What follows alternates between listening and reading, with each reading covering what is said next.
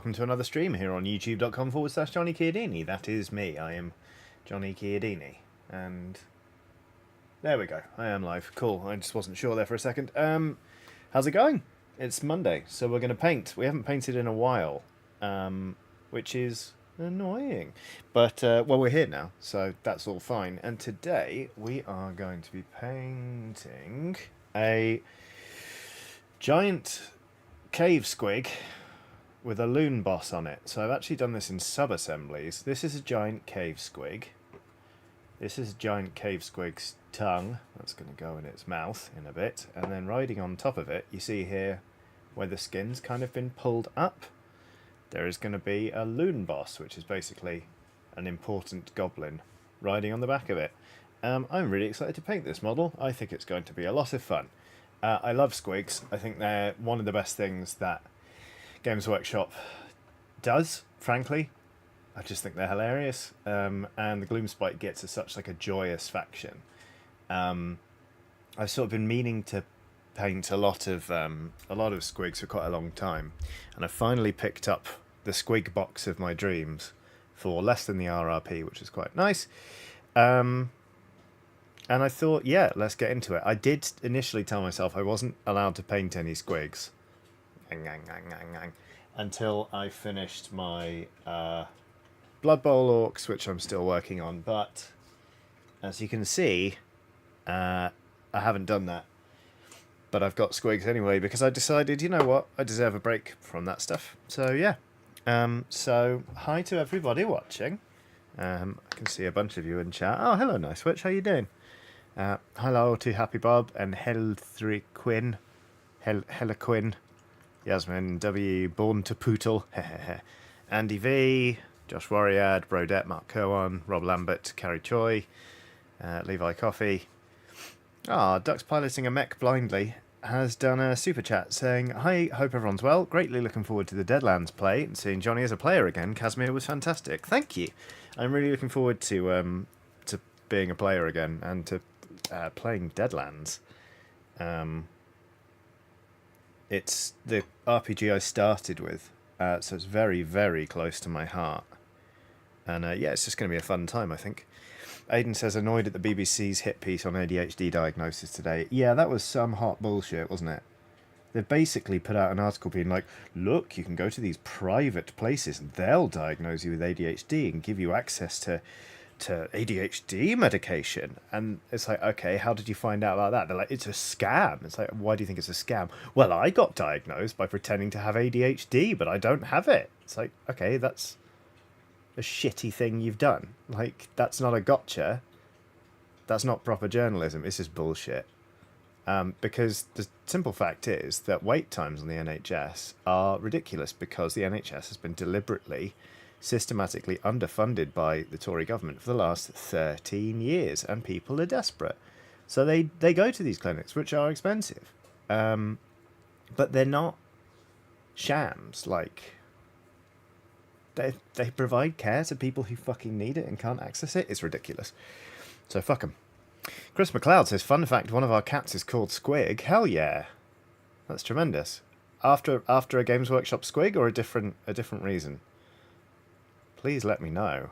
I'm sure Squig is an absolutely lovely creature. Because all Squigs are. All Squigs are beautiful. Alex Tannenbaum has done a super chat saying, hey Johnny, can't stay long, celebrating getting budget approved for an after-school safe space / hangout for LGBT youth with counsellors and mentors. That's incredible. Congratulations, Alex. What an incredible thing to be doing. Like, that's a really great initiative. And also just, yeah, massive congrats on getting the funding. Like, well done to you. All round. That is absolutely sensational. Yeah, you deserve to celebrate. Please, yeah, have a bloody lovely time. Because you really deserve that.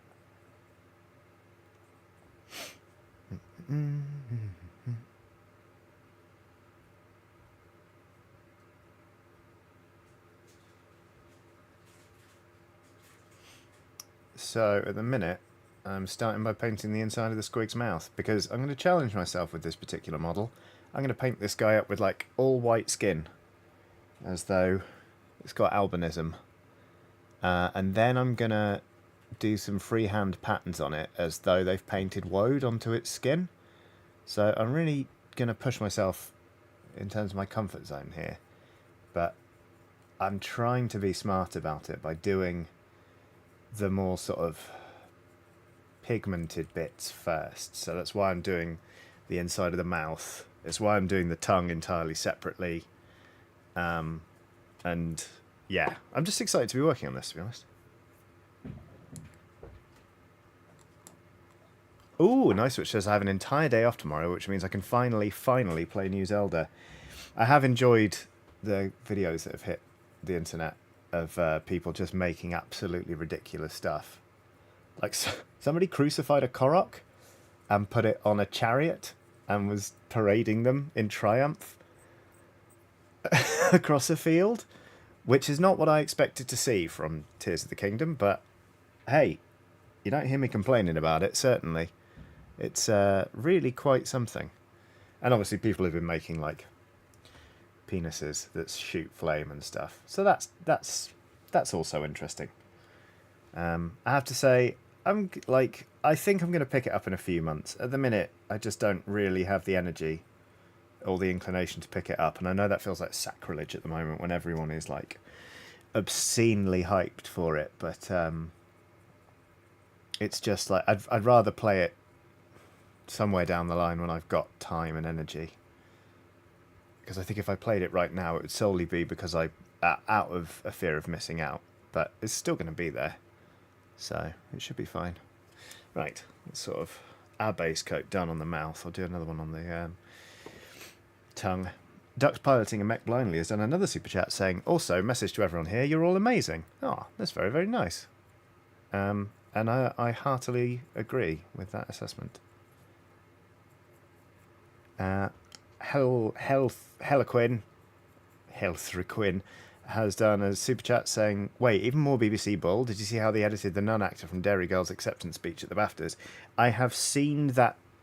I've seen people saying that it was edited, but I haven't seen the clip showing what was said and what was aired.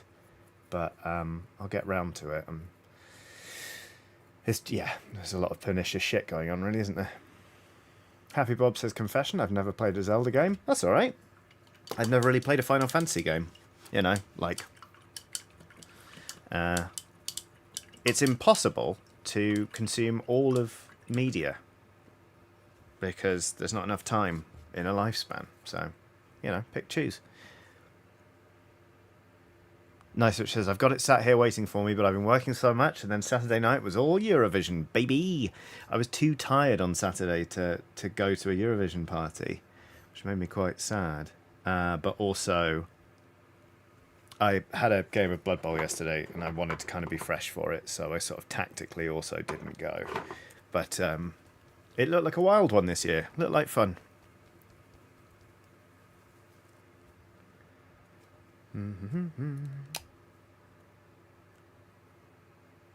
Oh, this is not the right Rhinox hide. This is the one that dried out long ago. Alright, well, let's use a different brown then. There we go. Ah, Lloyd says, currently in school watching this. My teacher said I could, as I have earphones and did the work. So, said I could if I have earphones and did the work. I can do both, so hello. Hello! Welcome aboard. Hope you're having a nice day. Shout out to your teacher. Not literally. They might ask you to stop. Please don't shout at your teacher. But it's cool that your teacher said yes.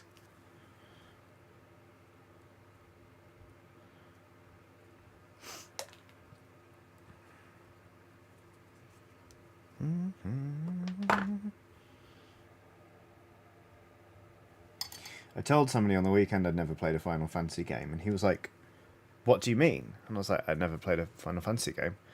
And he was like, that means you never raced chocobos? I was like, yeah. And he was like, what did you do instead? It's like, well, I had a childhood where I did something else, I guess. He was like, but your childhood? It's like, yeah, I had one. I think I still had one. He was very weird about it. I'm trying a new thing whereby instead of painting teeth white and then trying to make them look all dirty and worn, I start by painting them brown and then layer them up to look, well, dirty and worn. I saw it on a video on YouTube.com, and I thought I'll give that a go. Quite excited about it, to be honest. Lisa Hunt's done a super chat saying bad mental health times, but this stream helps. Lots of love, Lisa. I hope things improve soon. I hope it is just temporary. I'll be honest with you, I'm going through the ringer a bit at the minute as well. And it's shit, but we persevere, because that's what we do. Happy Mental Health Awareness Week. I hope all your awareness comes through the post soon. It's just really great when people are aware of it in a society, in a system that does fuck all to help people. But for real, lots of love. And I will wrench this stream onto happier topics as soon as I can. Chris has done a super chat saying, hey all, this might be my last super chat for a while, moving halfway across the world soon. Bloody hell. So I thought I'd say hi. Also, Johnny, could you give my friend Jay the most random compliment you can, please? He's had a hard day. All right. Jay, your hair and your fingernails are made of the same material, and both sets look fabulous. Your nails look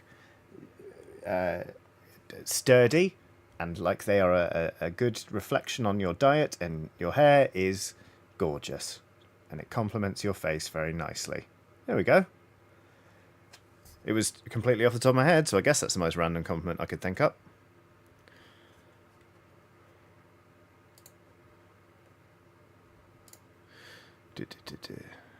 One sec.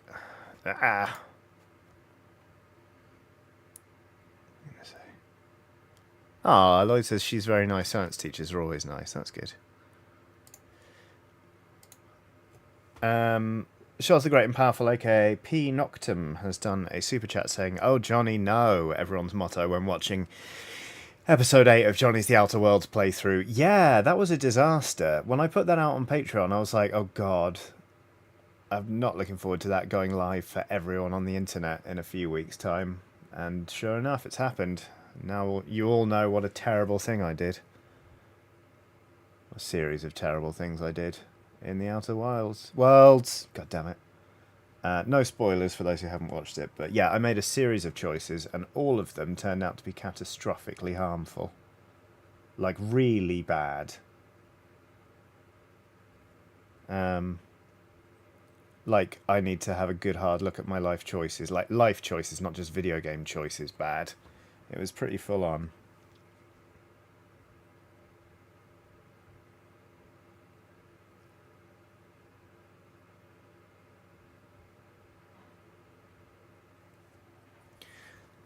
Brown teeth. Mr. Squig, you simply must go to the dentist. I actually am going to the dentist tomorrow for the first time in 16 years. So that'll be fun. Hopefully I'll get away without any cavities and stuff. I think my teeth are in pretty good nick. I just really need a trip to the hygienist. But yeah, that's going to be an interesting one. CookieCat94 has done a super chat saying, did you know Breath of the Wild was originally intended to be for Wii U, but midway through development they made the Switch? Damn it, CookieCat94. Although, yes, I did know that, because obviously it did come out for the Switch as well, didn't it? No, for the Wii U. Because like the whole tablet thing in Breath of the Wild was meant to be like the Wii U tablet. Anyway, I mean, what a delight that we've had 2 Zelda games on the Switch now. Because normally you get 1 per console. I mean, obviously we got 2 on the Wii as well, but Twilight Princess was meant to be on the GameCube. In fact, it was on the GameCube. And interestingly, in that game, if you play Twilight Princess on the GameCube, Link is left-handed, like Link has always been. And then if you play it on the Wii, he's right-handed because they figured most people would be holding the Wiimote in their right hand, and it would be more intuitive for them if Link was also right-handed. So they just took the game and flipped the map. They flipped everything. They flipped the models. They flipped the map. So, like, 2 of my friends were playing it through with a guide, but they were playing it on the Wii with a guide for the GameCube. So when it said turn left, they had to turn right, which is very funny and weird.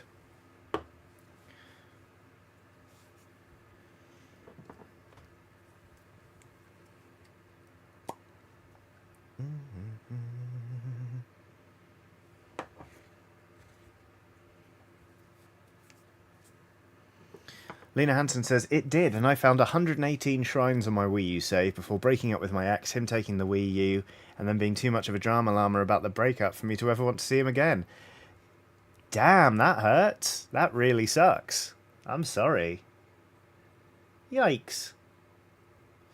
118 shrines, though. That's good going. At least you got, at least you saw most of those, rather than you only did 4 and there were so many more shrines for you to see, and then you broke up.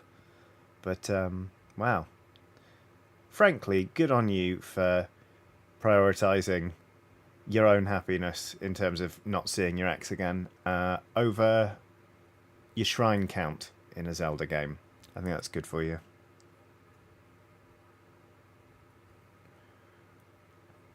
Oh, I'm enjoying this. I haven't painted in ages. I've wanted to, but I lent all of my paints to one of my friends so he could finish painting up his Blood Bowl team.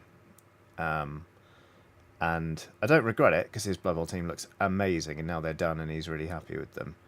But, that thing where, like, if you've got something with you, you're like, I don't need it that much. Like, I'm not that interested in using it. You sort of ignore things, but then the second you're separated from them, you're like, I wish I had X. I suddenly really found myself missing all of my Warhammer paints. But hey-ho, look, they're back now, as you can see, from me applying Blood Reaver flesh to this Squig's claws.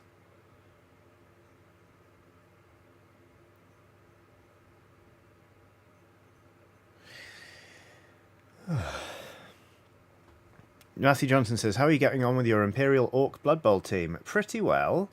I haven't painted them in a while, because see also, I lent my paints to somebody for about 10 days, but I'll show you them in a sec. How many have I got done? I've got half a dozen models finished now, so... My Switch says reunited and it feels so good. Mm-hmm.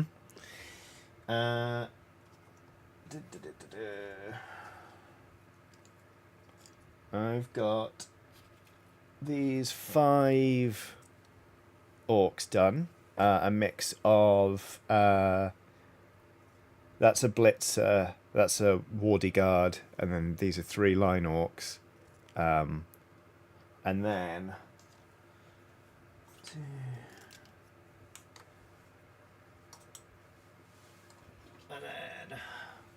I've got the ogre, which is one of the best kit bashes I think I've ever done.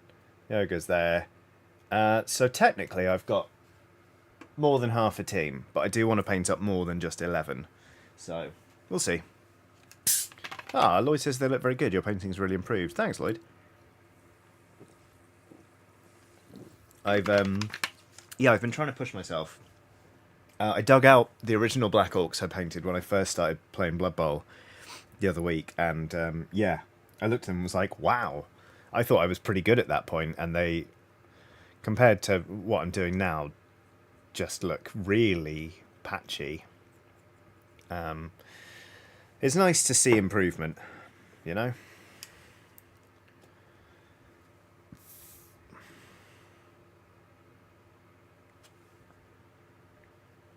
Anyone else hobbying along? Or indeed, anyone else sort of, maybe not right now, but motoring on with another hobby? What are you improving at? I'll tell you what I'm not improving at the minute, is my stills photography.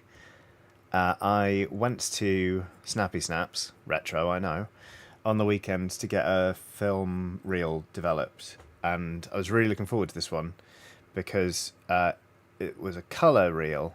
I've got a nice old Praktica film camera, and I've taken some beautiful black and white shots on it. But I shot a colour reel a while ago, and it came out completely blank. I thought it was because I was shooting at the wrong film speed, which I was, but this roll I definitely shot at the correct speed, and it still came out blank. And it's only happened with colour reels, which is so weird. I kind of worry the film maybe wasn't advancing. Either way, it was gutting. It was really frustrating today. Nice Switch says, was it the Snappy Snaps that George Michael crashed into? I don't know for certain either way. Like, I cannot confirm or deny. They didn't have a sign up. But maybe like it's policy not to have signs up for that sort of thing in case it encourages other celebrities to crash through the front window.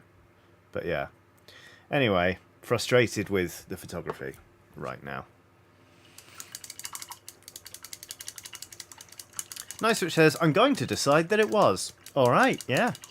Ooh, Sarah Burke says, I'm teaching myself to write a full major RPG. That sounds great.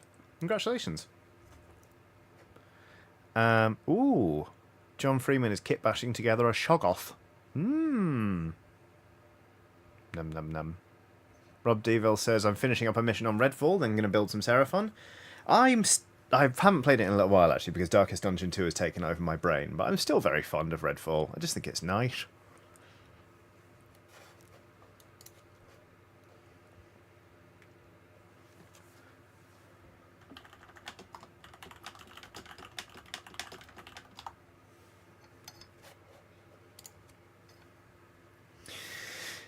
Titan Uranus says, don't worry, still photography won't go anywhere. Awful, just awful. Absolutely dreadful. Okay, so what's the teeth? Teeth. Done. I'm gonna base coat this bit of metal because I think it'll be easier to paint it now when I don't have to worry about the surrounding skin. And then we're gonna start laying a base coat on this. I'm tempted to do the whole mouth now, actually. Well, I'll see what. Right, let's paint this anklet thing, and then do a base coat on the skin, and then I'll do the whole mouth. I genuinely think that will be a nice way to do it. I'm trying to change my way of painting so that I focus on an area and really nail it, rather than kind of just doing steps across the whole model, because some of the time I just get bored. So, like, you know, the skin will look nice, but all the leather detailing will be awful or whatever. Or, as with the case of my old painting, all the fabrics look nice, but the skin's just not really there. So, that's me just making a pact with myself. But I don't have the right metal here, so that means it's time for an episode of Non-Binary Person Looks Through a Box of Paints. Trying to find a paint. Today... Oh, Rhinox hide, there you are. Today we're trying to find Iron Warriors. That's not it. Iron Warriors is a very dark base metal that gives great coverage. It's very moody. I like it. But it's elusive.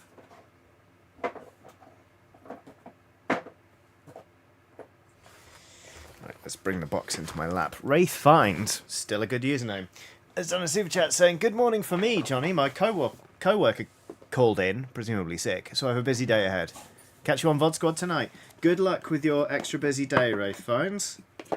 I hope that you don't get landed with that sort of situation again anytime soon, because it's frustrating. I am 100% certain, having been in that situation a number of times. I do like the idea of your co-worker just calling in, though. It's been like, morning! Just checking in, really. Oh, this is an elusive one. Where the fuck? Is that it? No, there it is. Got it. Good job, everyone. Great app. That's a wrap. Okay, there we go.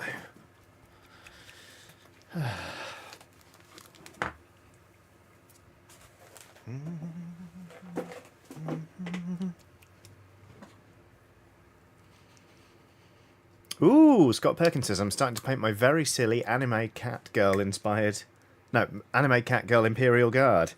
Cannot wait to see the progress on that. It sounds absolutely ludicrous.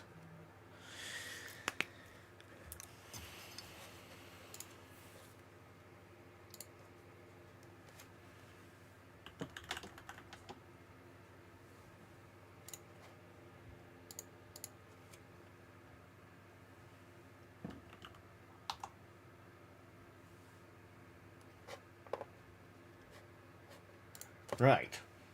Here we go. Marissa J says, well done, YouTube. Just got a notification for the stream I'm watching. Tremendous. Working as intended, I see. Very glad. Very glad that my viewing figures rely on that system. or people being on Twitter to see when I tweet about streams, which is not a good system for anyone's mental health.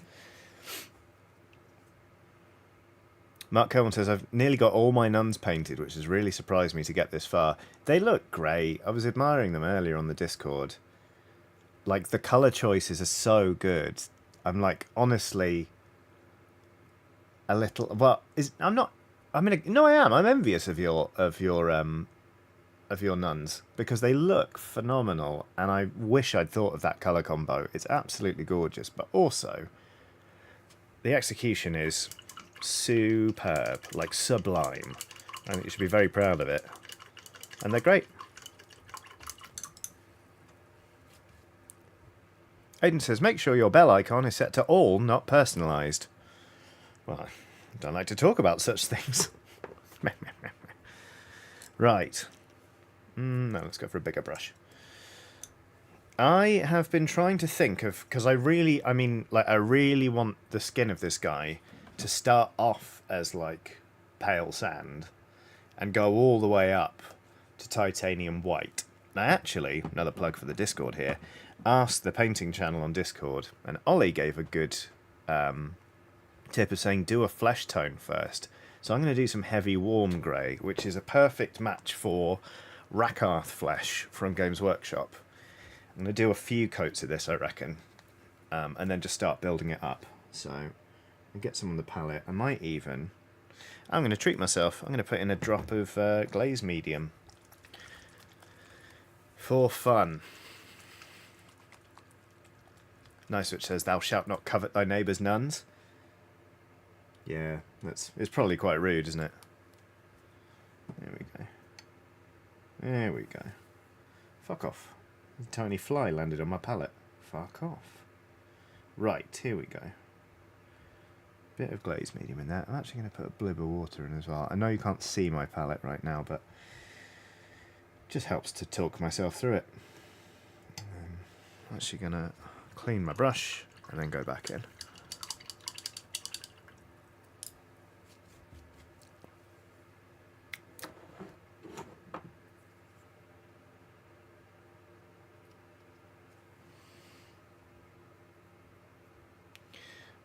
Yeah, this will work. There we go. That's quite thick. It's gone quite thick. Spread that paint around. Sound like I'm on a funk and soul track. Spread that paint around.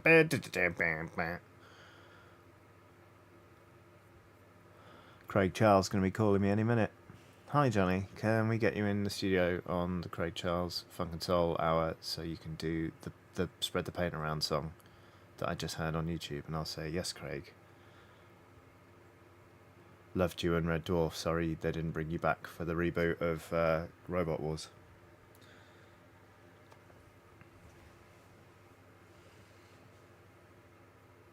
Paint a little squig bum. Why not? Treat ourselves. Peachy little cheeks.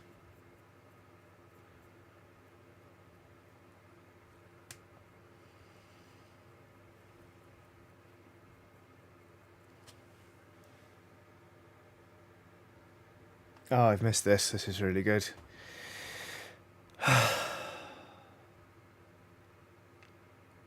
Yeah. Yep, big fan.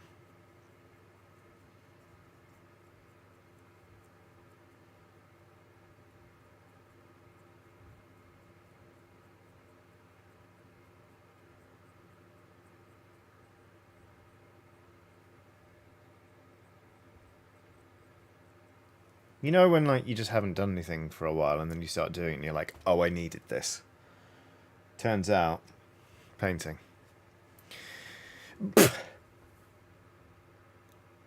Titan Raider says, are they really peachy? I would say glands coloured. Titan, maybe get that looked at, because that's not... I don't think that's a normal glands colour, my friend. Oh, good God.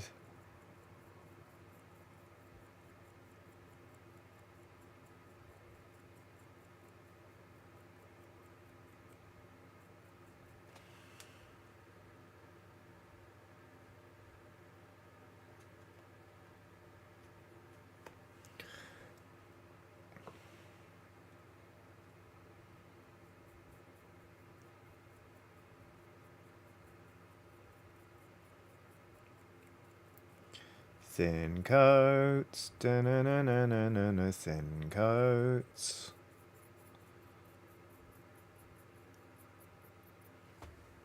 Yeah, this is going to be a good start point for a cream skin.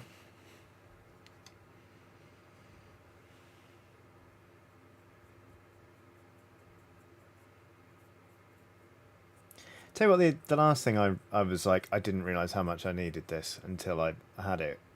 The last thing I experienced that with was a ploughman's lunch. Normally I'm not that big on a ploughman's, but I had one a while ago while I was away filming, actually, for the channel.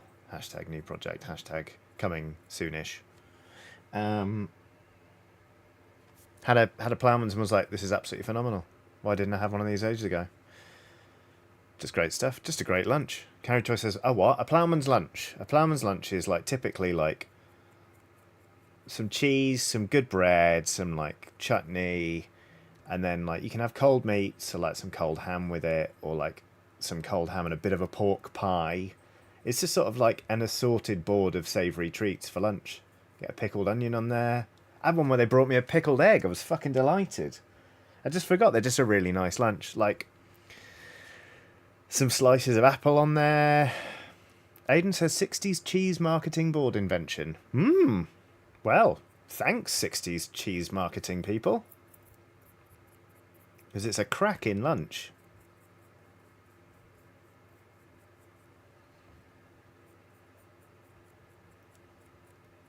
Okay, I'm really enjoying how this colour looks on this model. I think I'm going to do a bit of pin shading after I've done these coats. But, oh, I'm having fun. Aiden has done a super sticker of a pear, in fact, talking of fruits that can be sliced and placed on a plate. It's a pear with arms and legs and a face, and it seems to find something terribly amusing, which suggests a higher intelligence. In fact, it's clutching its little pear tummy with its little arms and is laughing uproariously. And there's some text around its head that says, ha ha ha. There you go, it's even captioned.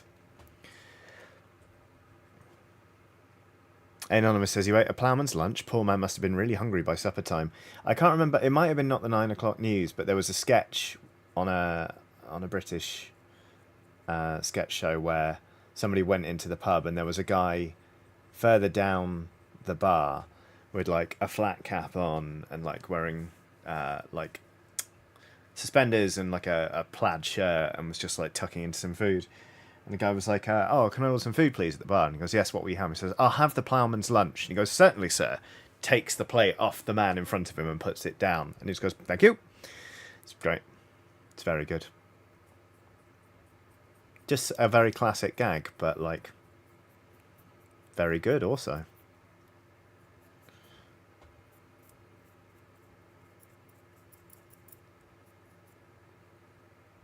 Aiden says that sounds like the two Ronnies. I think it might have been, you know. Well remembered. If indeed we're both correct there.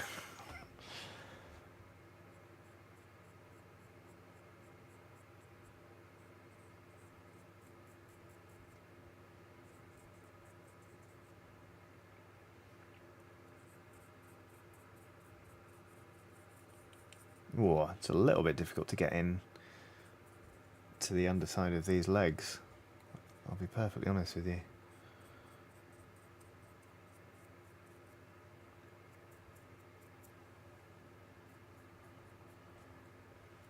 Oh, shit. We'll be alright.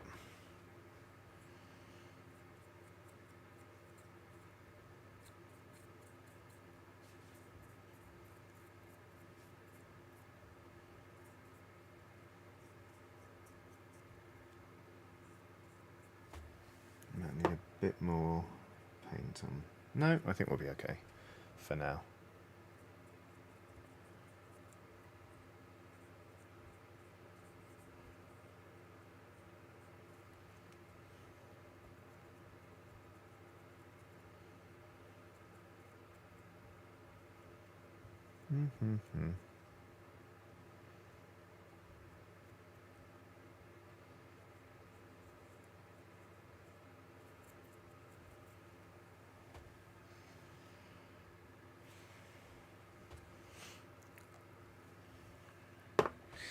Lots of water.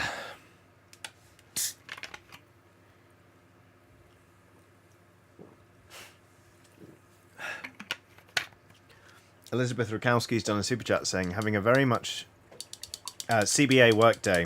Can't be asked. I assume that is. Made the mistake of playing Elden Ring Days Before Tears came out and now switching between them in free time. Well, that's quite a nice switch, though. If you, if you get burnt out on one, you just swap to the other. I don't hate it. I hope you're having a lovely time in both games. I need to get back to Elden Ring. I am fighting Radahn at the minute. I just haven't picked it up in a while. I think it was because I was playing it a lot in February when I took time off. So sort of now I'm back at work, it doesn't suggest itself that obviously to me in my free time. I'm really struggling as well, actually, with Darkest Dungeon 2 being on the PC, because this is my work desk, but also, this is where I play video games for fun, and sometimes it can just feel like I'm never leaving my office, never leaving my desk. So I try and maintain a better balance these days with how much time I spend at this desk. Like sometimes I'll move all my painting stuff into another room and paint there instead, just so I'm a bit less tucked out the way. But does mean that I don't play Darkest Dungeon 2 very much. So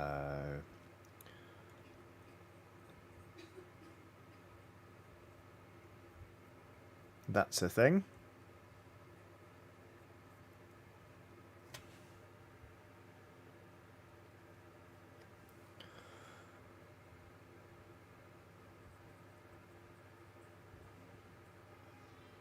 Don't know if you could hear Luna screaming in the background there, but she's upset about something. Oh, I know why. She's being shut out of the living room right now. Got it. How dare we deny her access to a part of the flat for any length of time whatsoever?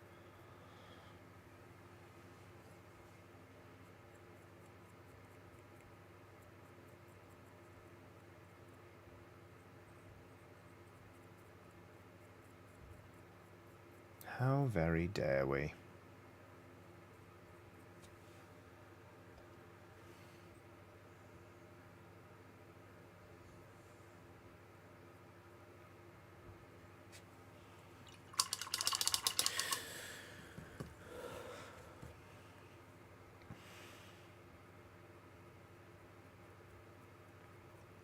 Levi Coffee says, I've worked from home for the last 6 years roughly. It's a challenge, but it helps if you find something that you use exclusively for one or the other, a monitor or set of peripherals. Well, because I've got two computers, this computer here is work computer and this computer is solely a gaming PC. So in fairness, if this computer's off, I can just look at that one and I feel a lot freer, but still.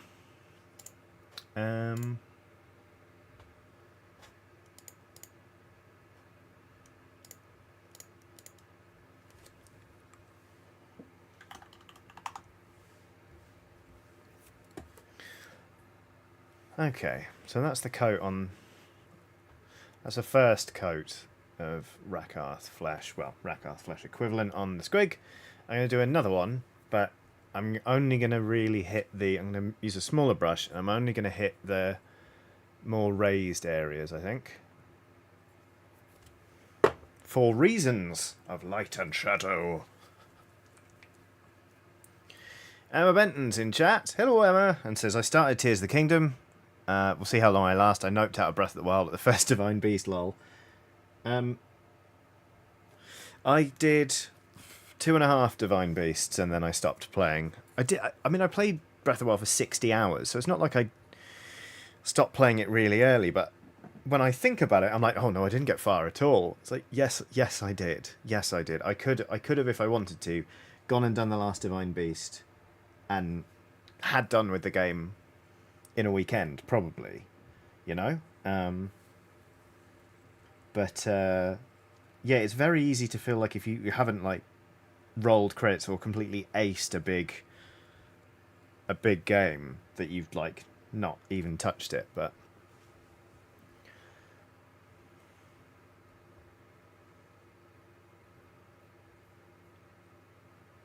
Right, so we're going to do the raised areas and really try and build up that colour. Like on this buttock.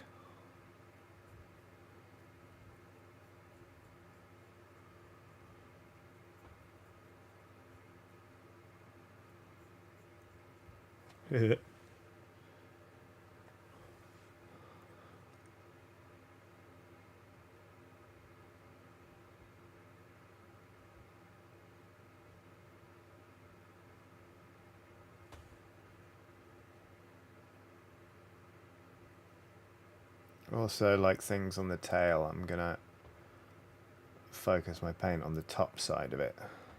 Because obviously the underside would be darker being in shadow.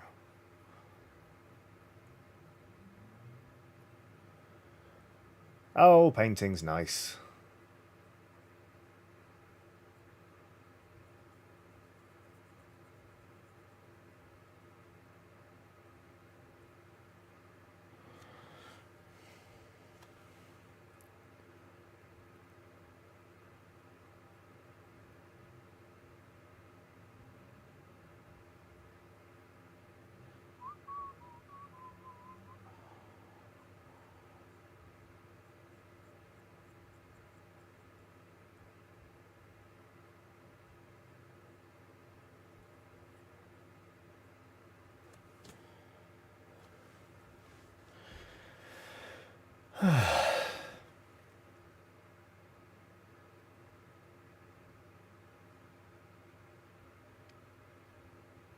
Cameron says, what I need is some equivalent of an older brother who will finish the level for me if I get annoyed so I can move on to something I enjoy more. Wooden Coyote says, have you looked at the science of why animals are darker on top and lighter on the bottom? It's super interesting. No, I have not.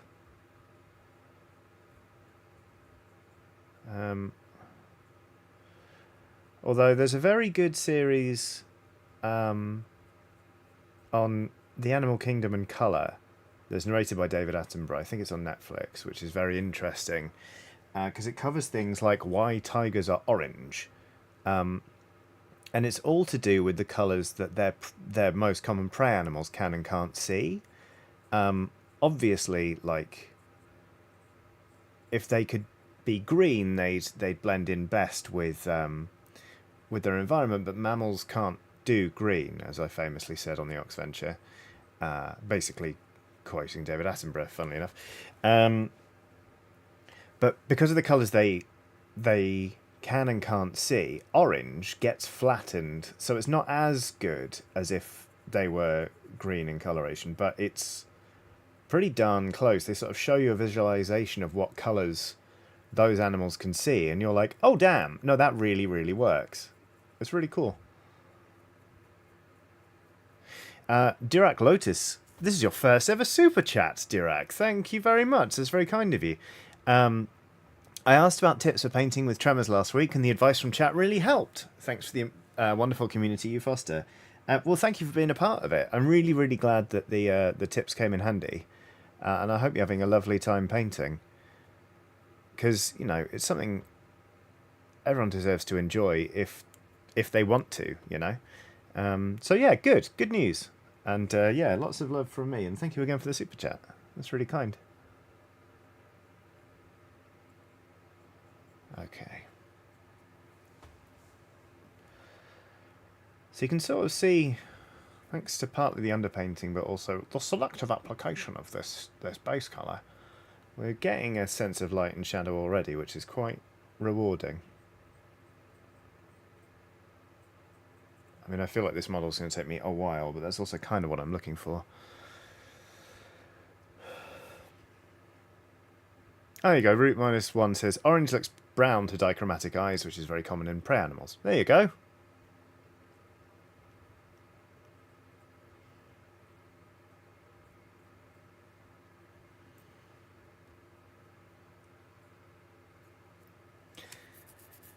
Talking of eyesight, Watson has been doing this thing recently. Watson's my dog for the uninitiated, where she keeps mistaking some dogs off in the distance for foxes. I caught her at it today. We were walking together, and then suddenly she stopped and had a stick in her mouth and was kind of stalking forward, kind of like a collie, which is not what Staffordshire Bull Terriers tend to do. And I was like, okay, what is she looking at? And I was like, I think it's that dog. And then suddenly she dropped her stick and took off at a sprint. And obviously, you know, like, that sounds a little worrying, but I'd already clocked what was going on. I was like, oh, she thinks that dog's a fox. And I just watched her pelt towards this fox. She was at a dead sprint for like a good 100 meters. And then I saw the point where she was like, that's a dog. And because she's not that fussed about other dogs, she doesn't want to meet them, she just turned around. So she keeps doing it where she runs up to friendly dogs and they're like, oh my god, hi. And she's like, oh, and just leaves. It's great. It was a real classic one today. Just very, very funny.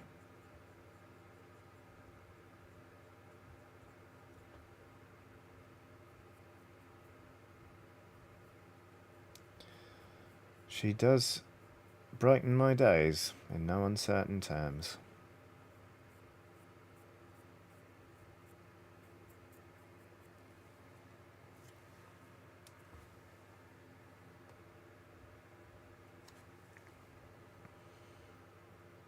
I'm pleased with this colour choice. I realise now why Vallejo calls it heavy warm grey. Because it's kind of got purple elements to it, but it is definitely a grey, and that's exactly what I wanted for this.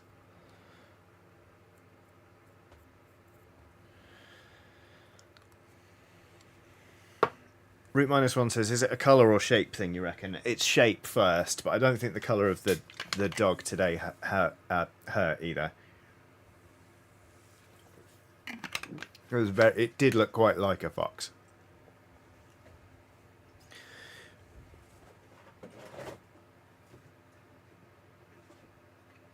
Oh, nice. That's where that is. Okay.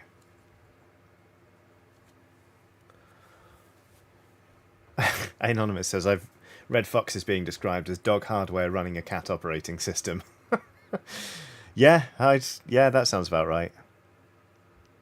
I personally fucking love them. I know people get very frustrated with them as, you know, preying on chickens, being a pest or whatever, but I just bloody love them.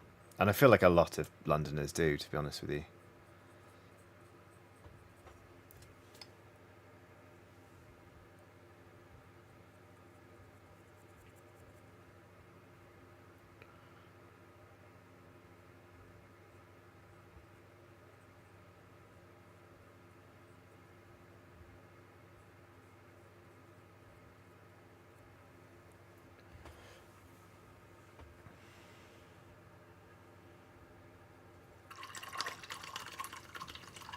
Titan Uranius says, are there a lot of chicken keepers in London? No, not really. There are a lot of chicken shops, but that's different. And in fairness, the foxes do get quite a lot out of them, but mostly, like, the bins or discarded chicken bones. So, yeah, again, not the same.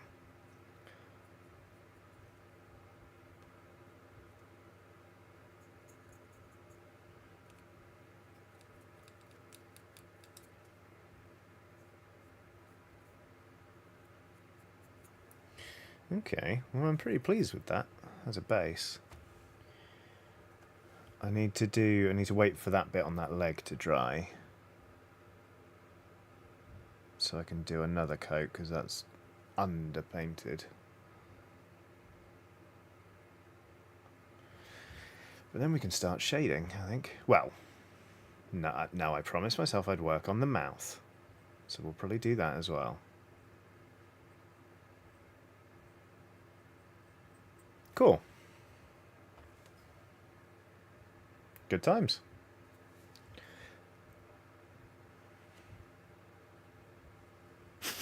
Nice, which says, chicken keepers skip the circle of life explanation in The Lion King.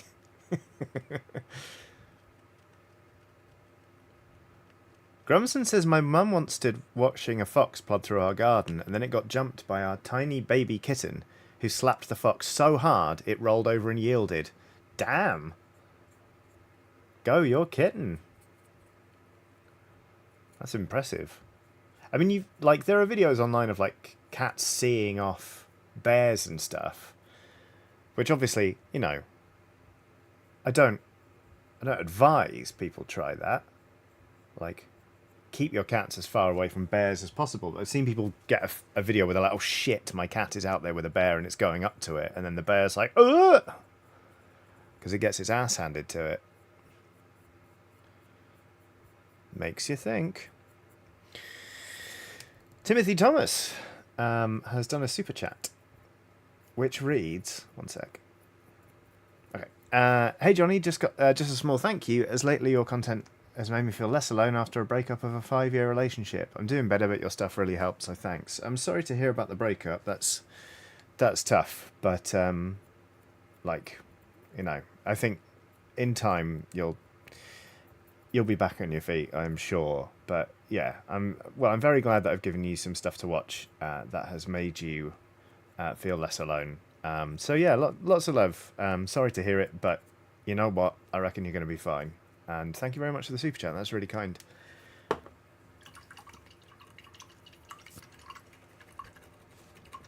Mr. Tom for the Win says, I heard you can chase bears off by giving them a little kiss on the forehead. They get all shy and run off. Okay, Tom, you first. How are you, Tom? You doing well? I've seen that you've been nice and busy on Twitch recently. Twitch.tv/Mr. Tom FTW. PS.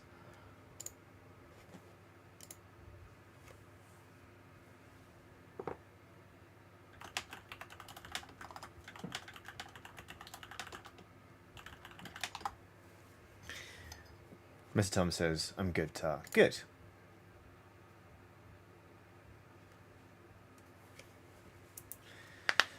Emma Benton says, all in caps, why bear not friend if friend-shaped?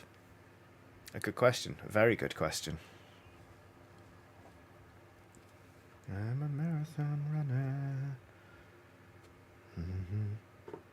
So, I'm going to work a bit on the tongue and the inside of the mouth now. Partly, I'm going to tidy up that bit, because I've accidentally got some of that skin colour on there. Cool. We're going to layer that up.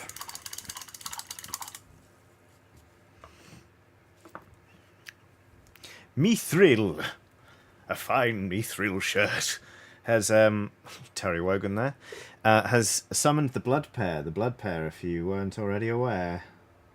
Well, hold on tight. Because basically, it's the same pair that I described earlier. It's an anthropomorphized pair with arms and legs and a face and a sports headband. But this one appears to have slaughtered something.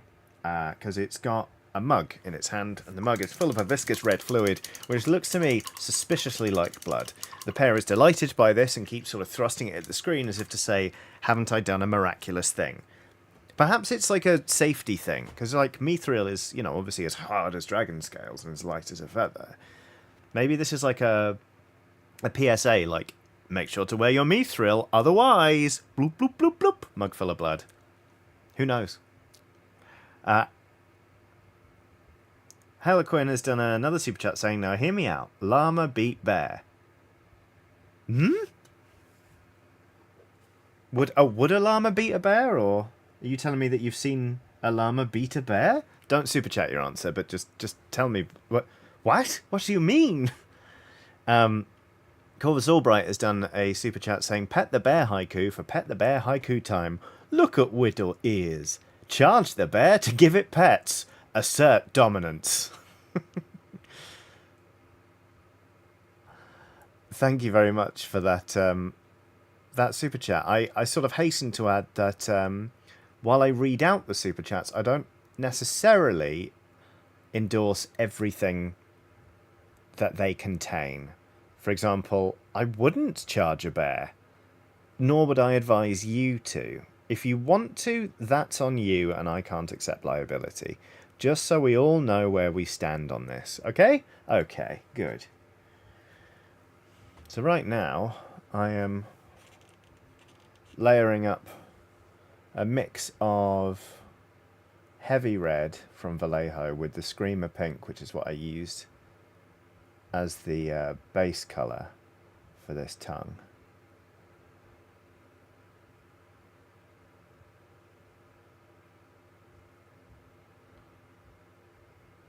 And then we're going to keep using lighter colours and lighter colours for this. Just for fun.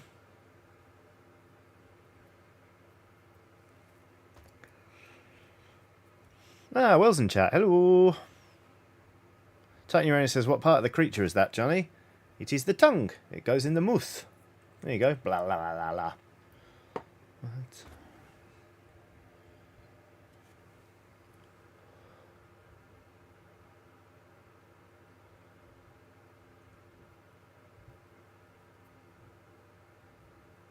Really gonna make sure we've got a good few coats of it on the top of the tongue here. Build up that colour.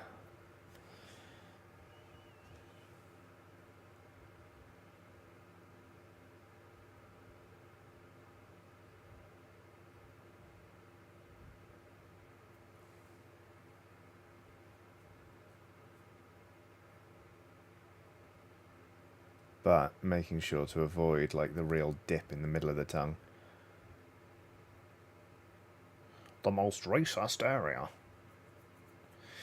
Zega Genesis has done a super chat saying, I am Johnny Chiodini and I endorse charging bears. Touche, Zega Genesis. Yeah, I am Johnny Chiodini and I endorse charging bears. There you go. Well, says, do you have a nice gloss varnish or some yoo-hoo for the tongue? Yeah, I think we've got some yoo-hoo kicking around, even though I hate the smell. But yeah, I'll definitely. I've got hard coat. I'll work it out. I'll gloss the tongue up, make it all grim. Oh, I've also got like UV curing resin. Could get like a torch and like dribble it on and cure it as it goes on. We'll see. The options are not limitless, but we have a few of them. So I'm going to stop with that there, just so I can use some of this mix here.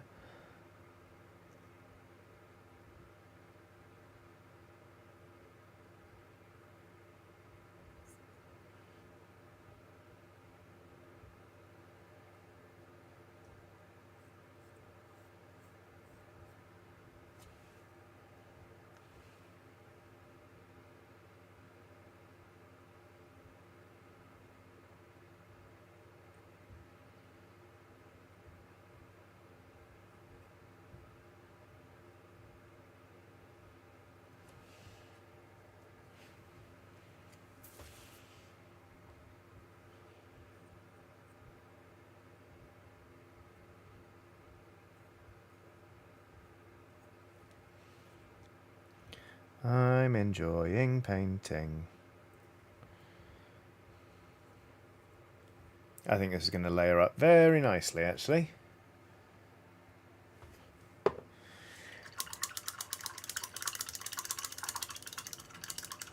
Evrol506 says, you can charge bears, but don't tip bears. Tipping is for cows.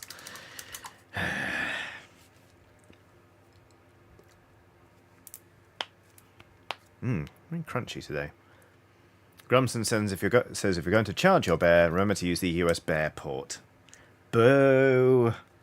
Boo! Right, let's get the heavy red out again. Okay. This is... We got Wazdaka red. Where's the corn red? Hello, welcome to another episode of Non-Binary Person.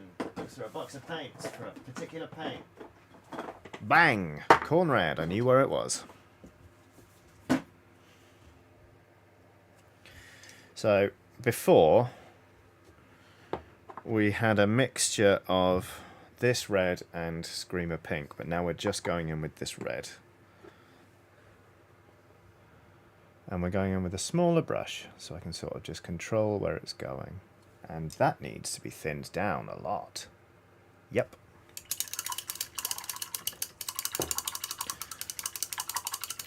Where's the glazed medium?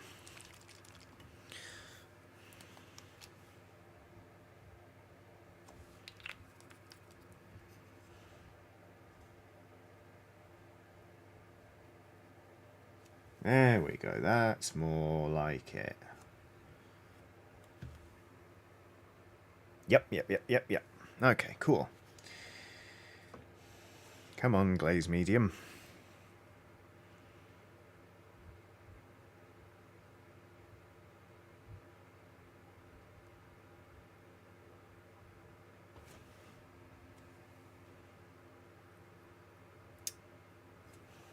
Fuck off, glaze medium. It's been a while since I've used this stuff. There we go, that's better.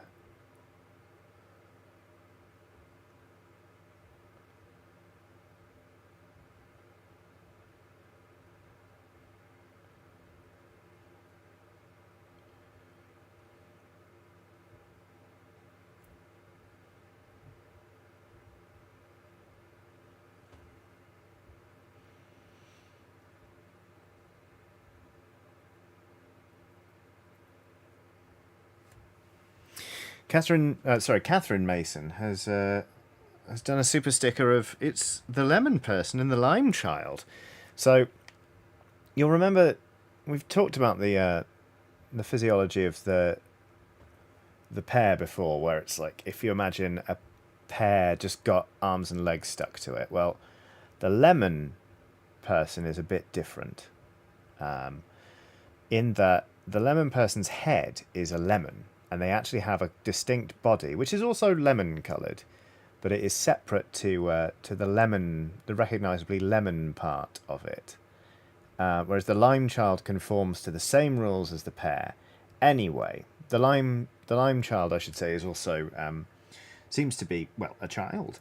But they are having a right old time together. They both got brass instruments. They look like bugles, and they're kind of just marching down the street going burp, burp, burp, burp, burp, burp, burp, which is very pleasant. Thank you, Catherine. I hope you're very well. Have you been to any parades recently? Do you play any brass instruments? Just trying to get inside the mind of the people who summon the different stickers on the channel. Obviously, the people who summon the blood pear are perverts and wrong-uns. But when it comes to the lemon person and the lime child, I don't know yet. You know, I'm intrigued. Web Giant has done a super chat saying tipping is also for favourite YouTubers. Oh, that's very kind. Thank you very much. To be honest, growing up, I never thought I'd be anyone's favourite anything, apart from perhaps Target. So that's very flattering. Thank you. That's very kind. And Eto Perink has done a super chat saying, in my city there's an Ursus district, almost bare. Well, it sounds very Ursine, if you ask me. What a lovely district.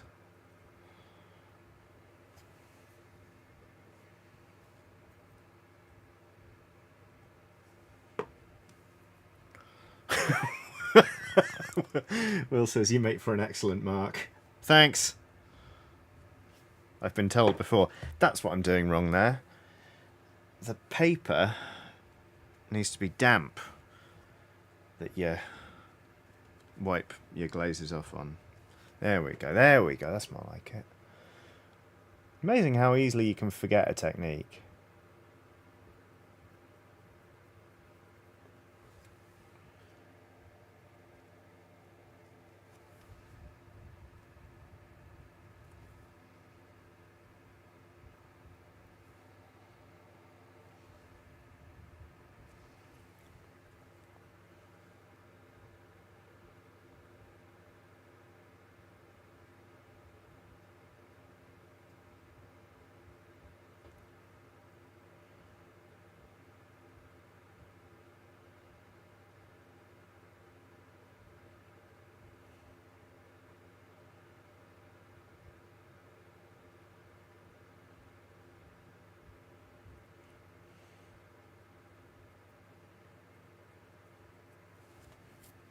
Okay.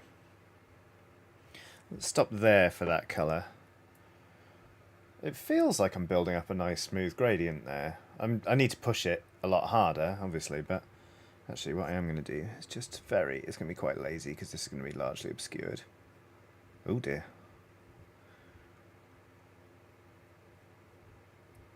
I'm just going to do a few bits under here. I don't even know if that's going to be visible once it's in the model, but Just in case.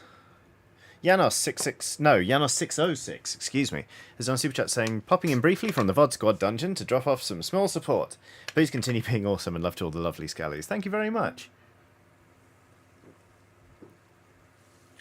That is very kind of you. And thank you for being part of the VOD Squad.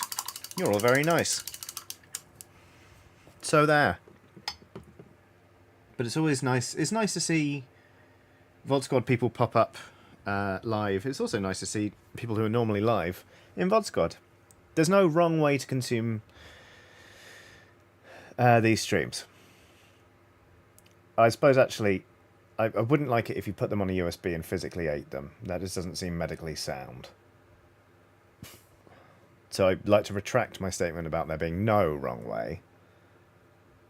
But there are many right ways. There we go. How's that? Okay. Good.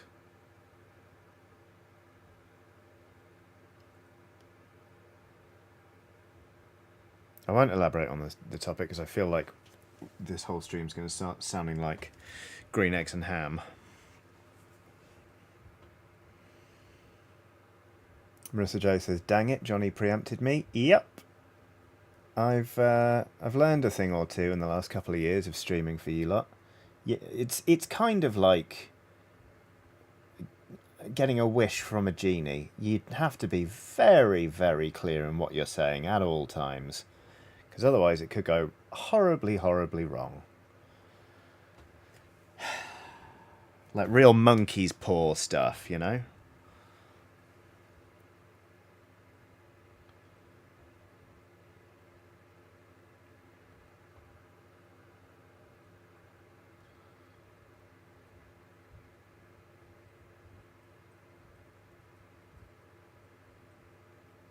Oh, it's nice to push myself in terms of my colour work. Like, I still think I've got lots and lots to learn, because, you know, the fun thing about painting is it is a learning experience, but it has been really rewarding to basically go, I'm going to stop half-arsing it, I'm going to stop fucking around. I'm going to start really working harder on my technique, and I'm going to slow down. I'm enjoying the process, and I also feel like I'm seeing results, which is very nice. Hello, my beard's getting involved.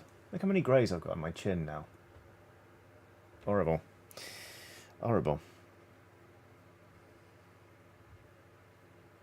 Well, not horrible, I actually quite like them. I think they're all gathering here, so that's going to go grey first.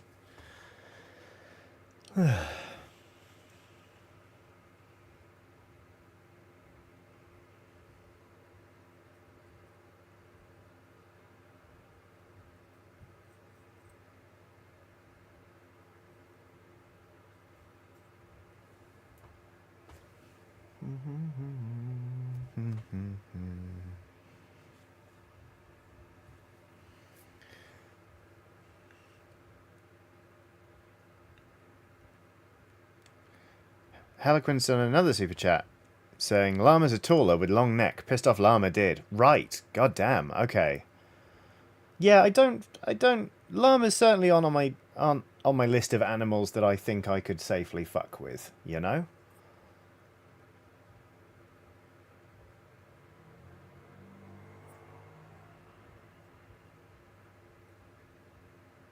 They do seem quite intense.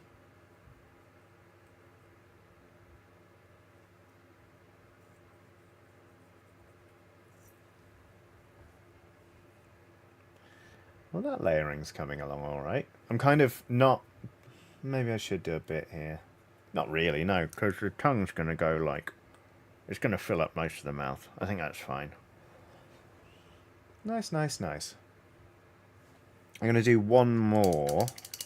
I'm going to start mixing heavy red with... Oh no, corn red's kind of the same, isn't it? Alright, let's start building in some Wazdaka red. It's a bit lighter.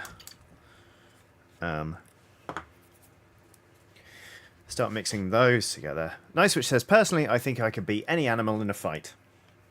Okay, yeah, fair enough. Are we talking like a fist fight? A fight where you have a drone and are several miles away? What are our parameters here? But yeah, I'm going to start mixing in Wazdaka Red, and then we're going to go from there. Nice, which says hand-to-hand combat. Right, understood. I mean, you were already on my list of people not to fuck with, but... Alex B says thumb war. I could not take a gorilla in a thumb war. Nor would I like to try. That would be very upsetting, actually. Okay, how's that? Yeah, that's a bit lighter, isn't it? Yeah, okay, we'll go with that.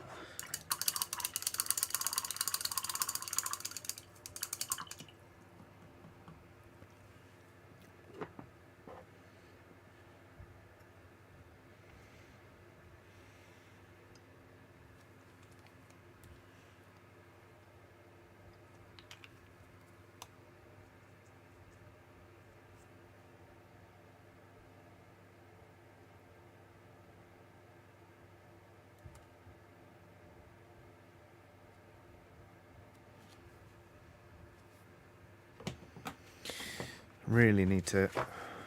Ah, there we go. Just get some other... Right. Bloop. Just need some really wet kitchen towel to sort of wipe these glazes off on.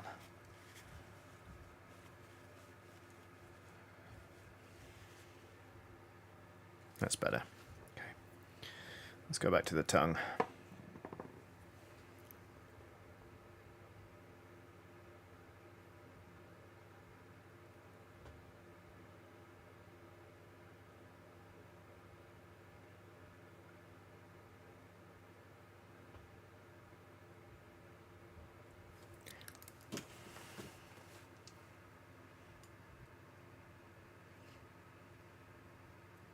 One sec.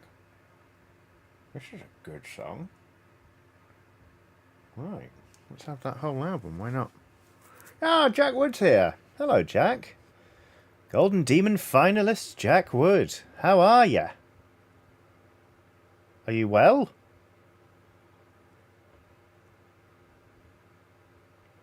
I hope your pigments are numerous and your paint well thinned.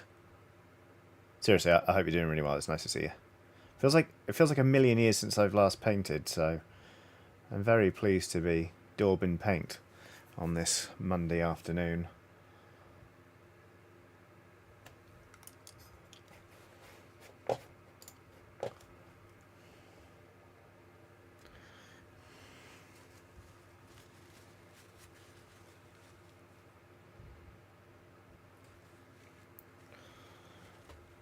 Jack says, I'm very tired because of Eurovision stuff at work, but I'm pretty good. That sounds about right. I hope you managed to catch up on rest soon. Eurovision stuff seemed pretty intense. On Saturday, I was at my friend's brewery, having a drink with a couple of pals I've not seen in ages. And they were setting up for their Eurovision party, and they not only had booked out all of their tables, but they'd booked out all of their standing room. And I was like, okay, that sounds intense, bye. Speaking of that brewery, what brewery is it, Johnny? Well, it's Hackney Brewery, which is confusingly enough in Walthamstow these days because they needed a bigger premises. But it was founded in Hackney over a decade ago. And this Thursday, so I'm not streaming on Thursdays this week, I'll probably stream... Ooh, no, I can't stream on Tuesday or Wednesday. Okay, I'm not streaming on Thursday this week. We'll start from there. I'll see if I can fit in another stream at some point. But I'm going to be running a gaming night at Hackney Brewery. I did this last month, and we played Mario Kart. But this time, we're going to be just playing Jackbox. Just going to be... basically, I've got a microphone, and I'll be sort of setting up games of Jackbox, and then running games of Jackbox. It's £3 to get in. Pints are £3.50 all night, and it will just be a chill, fun time. Do some TKO, do that one about rapping robots. Maybe do the one where you invent a thing and you have to give a presentation. You know, bits of fun. Nice, which says, Johnny, stop doing cool stuff far away. Sorry. I just, like, it's a place very close to my heart. And the tap room manager was like, "You do gaming stuff?" And I was like, "Yeah." She was like, "Do you want to do gaming stuff here?" And I was like, "All right." And that's sort of how it got started. I would love to do stuff all over the country. I promise. It's just a matter of making it work financially.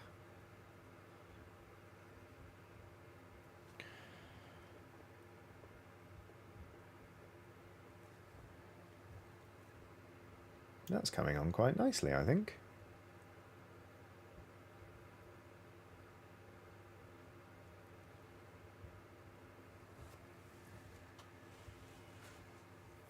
Jolly good.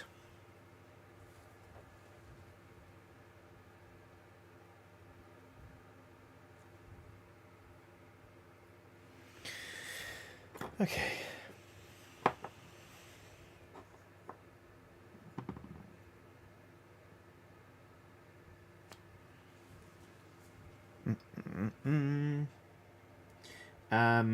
I should post a link really to tickets. One sec. It really is a 360 social media strategy from me. I'm a consummate professional, as doubtless you can all tell.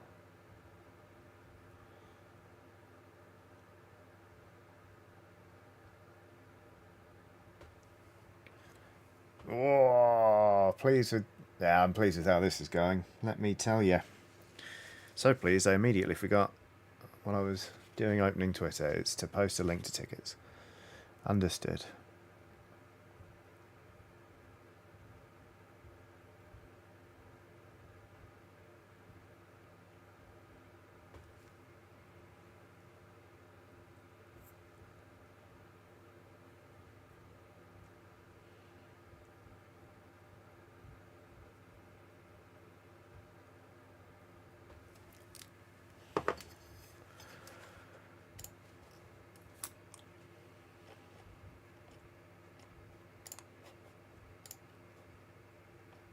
Hold on. There we go.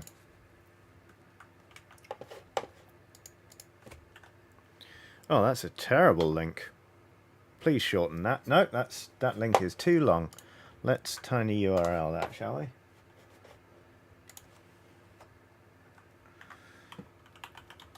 Bear with me, everyone.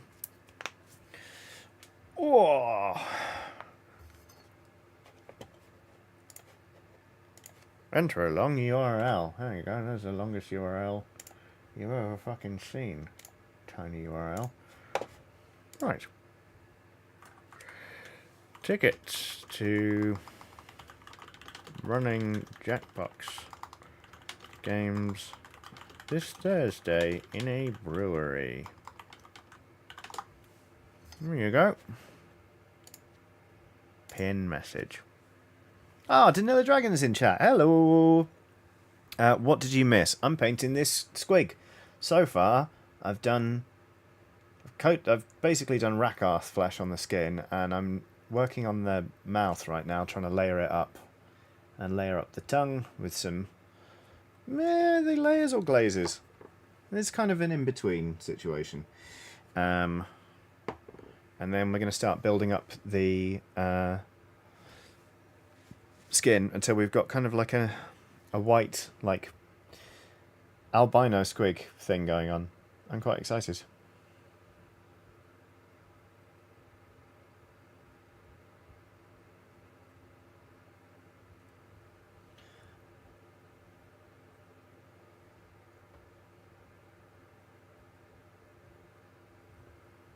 I am having fun with it. There you go. In my continuing quest to push myself in terms of my painting quality, it's squig time. Oh shit, I haven't done anything on the roof of the mouth. I mean, it's not really going to show up, but I'll know.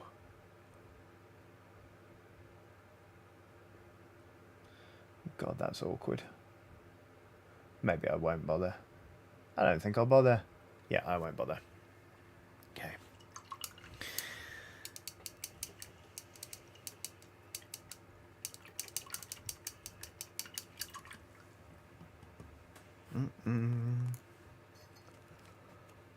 Danilo Dragon says, I'm going to paint a big frog now. Yes, please. Oh, no. Catherine Mason doesn't feel well. Hang on. Catherine Mason. Best of all the animals. Not feeling too great. Going to have to catch up later. Bye. Oh, take care, Catherine. I'm sorry you're not feeling great. I hope you start feeling better very, very soon. Lots of love from all of us, I'm sure.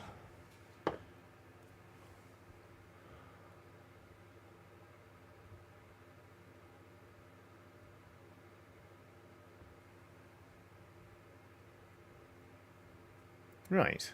Okay, that's gone okay.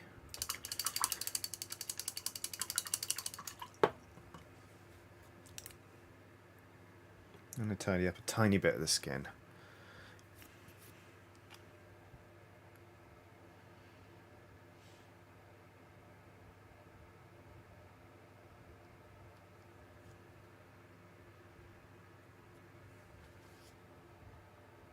Come on, there we go.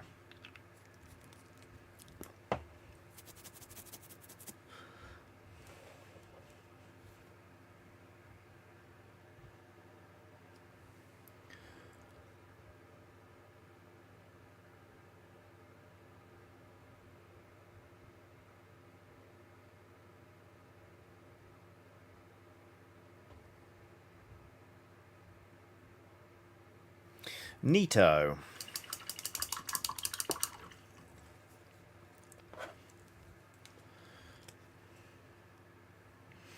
Jack Wood says, I started replaying Breath of the Wild over the weekend and currently have 2 horses called Wanker and Bastard.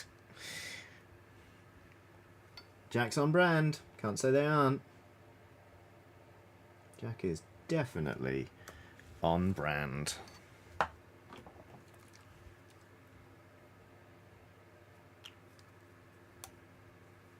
Uh-oh, WebGiant's 3D printer has made an I'm too hot alert. I've never had that alert before. I'm pleased to say. I'm going to fire up the printer tonight because a friend wants a model running off. I haven't used it in a while, actually.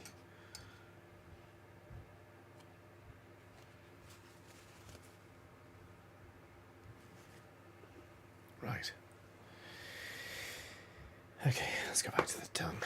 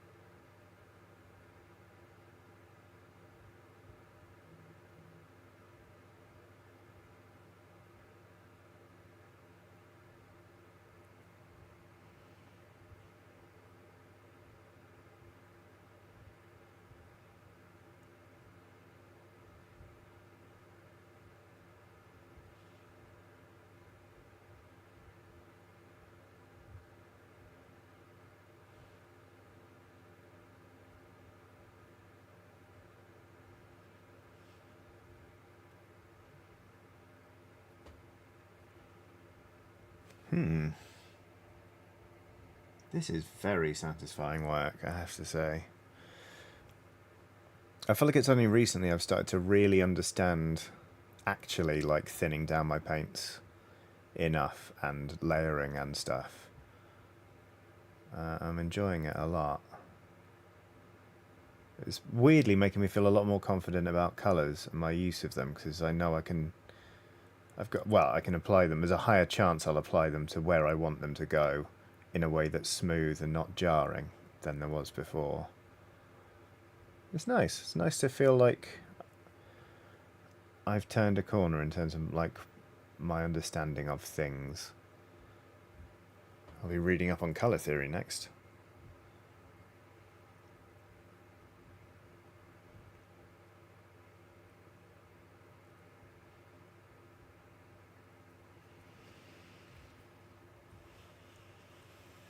Nice, which says I could fight Paul Hollywood. Maybe one day I actually will. I'd back you in that, I think. I think he'd underestimate you at first, and then by the time he actually started fighting back properly, it would be too late. It would basically be over. I reckon I could fight Paul Hollywood as well. Yeah, I reckon.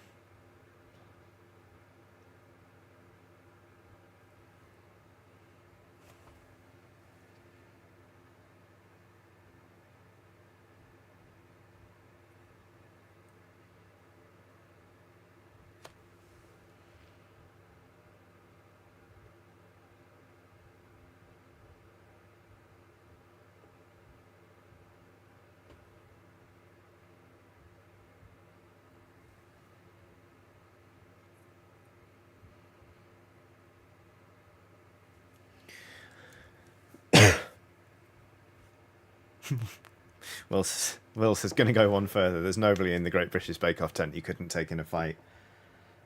Well, yeah. I mean, like... Does Noel Fielding know what fighting is? I don't think I'd like... I mean, if we're talking last season, then hell yeah, get me in there. The chance to batter Matt Lucas. I don't think I'd like to fight Alison, who's coming in as a judge. She just seems nice. But I suppose we're talking about couldn't or, rather than wouldn't. I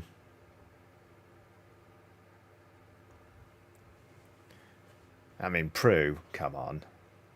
Actually, Prue's the one I'd be most worried about. I reckon she carries like a blade or something. She's got a butterfly knife hidden somewhere. Or the like plastic looking necklaces she wears so often actually turned out to be like lead. Not only are they training weights, but she uses them as like devastating weapons. Yeah, Prue I'd be worried about. Mary Berry, no question. Tap out, Mary. You've already lost.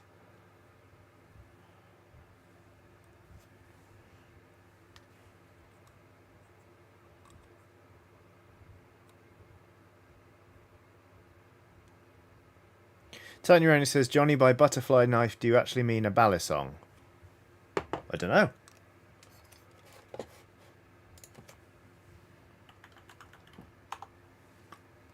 Oh, yes. What's the difference?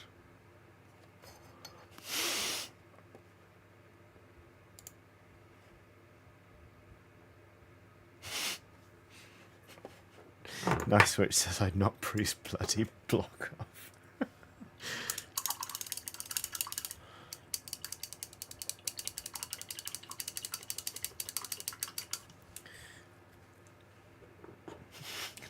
Knock Bruce block off. Oh my god.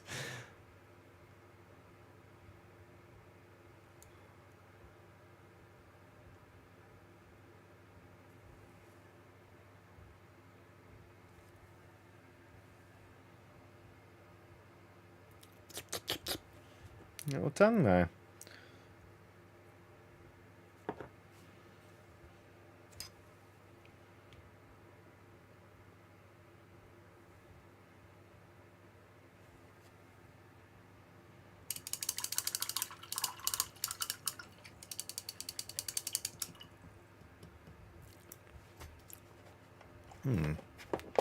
Has chat frozen for me again?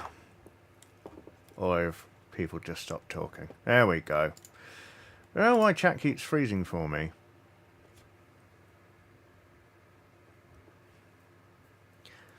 Alex Campbell is on a super chat saying, hello, been a while since I chatted. I don't usually watch painting streams, but I know my partner Rob does, so as an Easter egg, can you please tell him Whale Way Station and that I love him really? Absolutely. Rob, Alex Campbell wants me to say Whale Way Station, as if it's a station where a whale gets weighed. Spoilers, heavy. And that he loves you really. So, there you go. Surprise! It turns out Alex is invading the painting stream. Thank you very much, Alex. That's very, very kind. Alex Simpkin has done a super chat saying, real question, which Oxventure NPC do you think you could take in a fight? All of them. I could kill them with my mind. What are you talking about? I'll just say, and then Bismuth died, and Bismuth would be canonically dead. Easy. Okay, which one could I definitely take in a fight?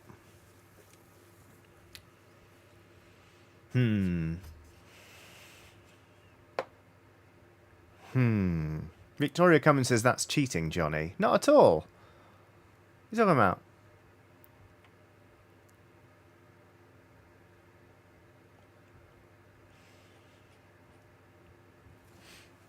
Gary Joy says Alfred, duh. Okay, yeah, fair. Emma Blast says Bismuth cannot actually canonically die there. Die, though, I feel like that's canon. Okay, fair enough, yeah. Rudy Gerber says, it's Alfred Strangetide. Yeah, I could take Alfred Strangetide. Of course I could. Matt K. Fry Guy says, hi there, glassless Johnny. Hello. I can't paint with my glasses on because I'm short-sighted, so it's bad for me. Well, also I just can't see, so. Who else could I take in a fight? I know all their weaknesses. It's very easy. Lay the right trap for Shatter Shield and murder him. You know?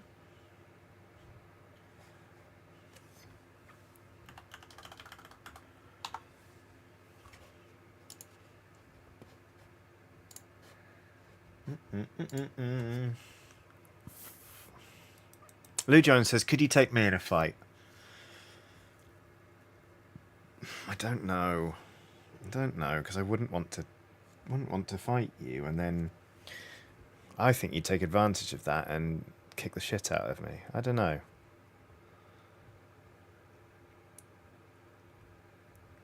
Like, my first instinct says yes, Lou.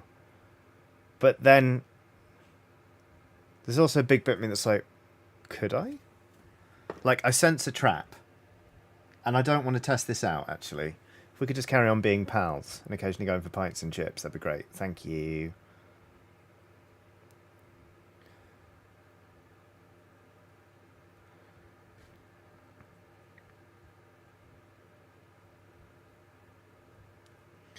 Okay. Nearly there with the mouth, I think. Well, with the fleshy bits of the mouth. I think what I'm going to do is...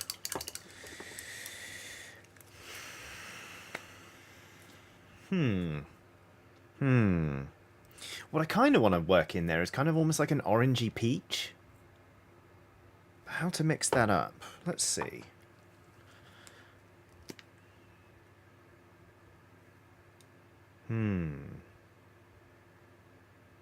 Weekend Mini says, Johnny, would you take me to a fight?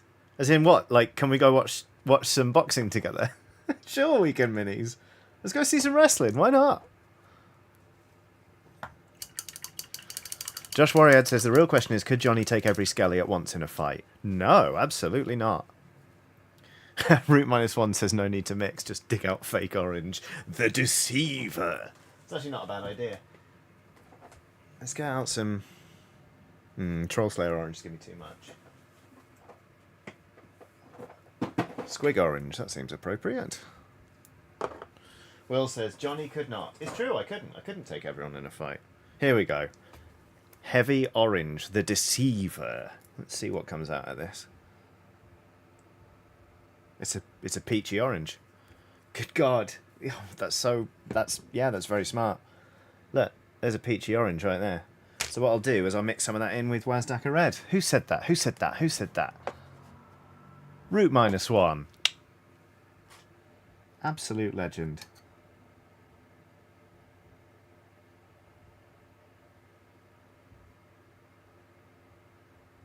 My God, I think that is actually the colour I wanted. A tiny bit more red, actually, back in there.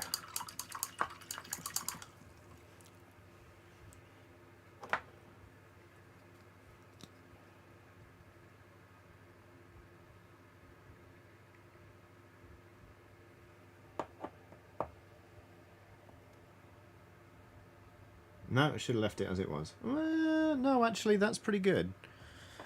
Okay.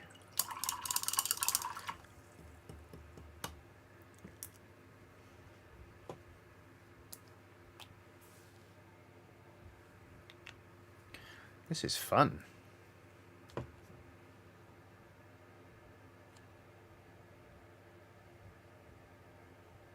Oh, God, it's nice to be painting again.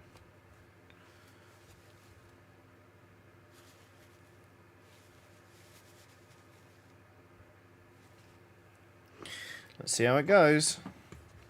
That's the colour I've mixed up. It's kind of like a... I kind of want to call it blood orange, but it isn't. Let's see how this does.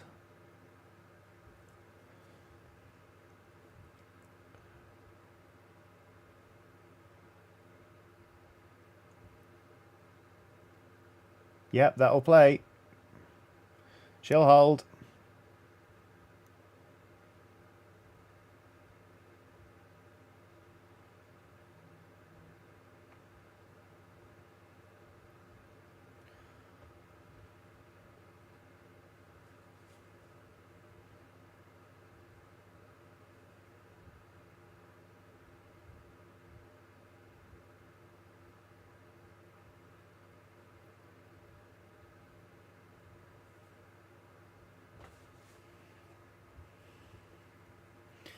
This is going to need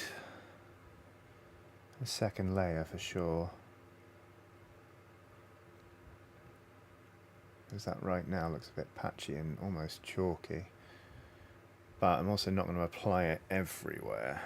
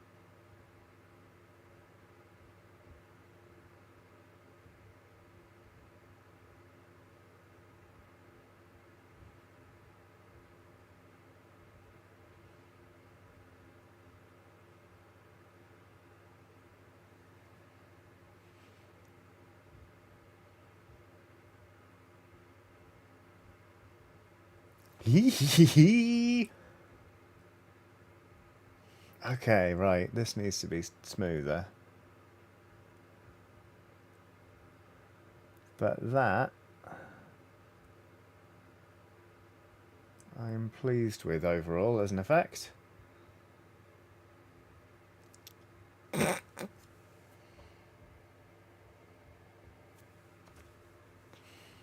Like, I've been working on my painting and I'm starting to see results and it's really nice.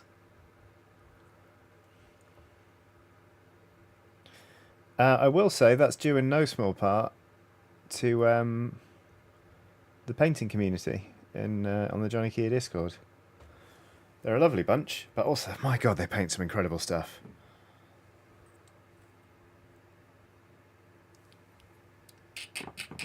Okay, this looks untidy though.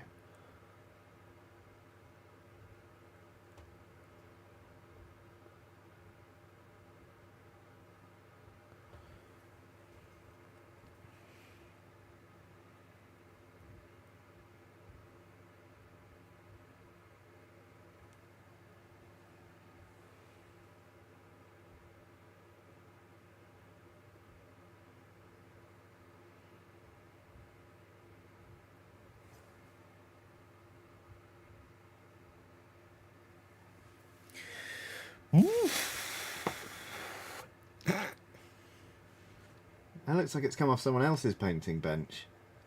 What a delight. Be very selective with it in here.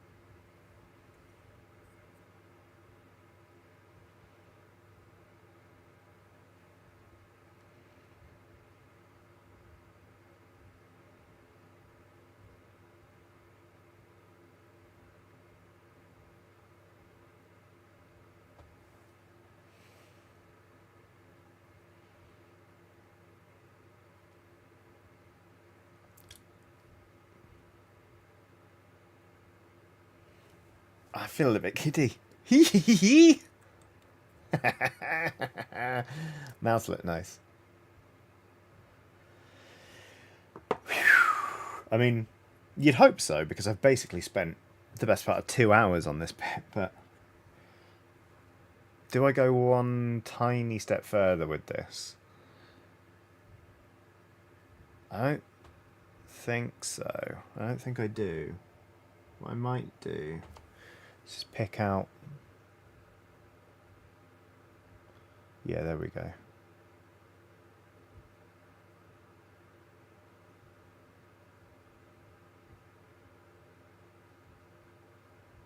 Pick out the tongue nubbins.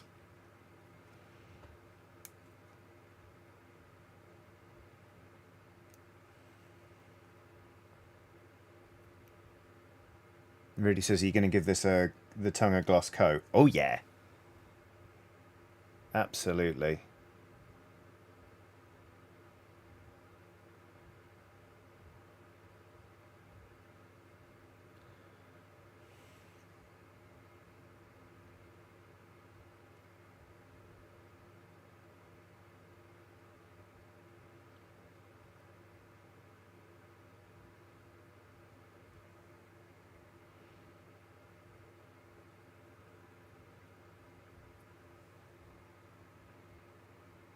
Nice, nice, nice.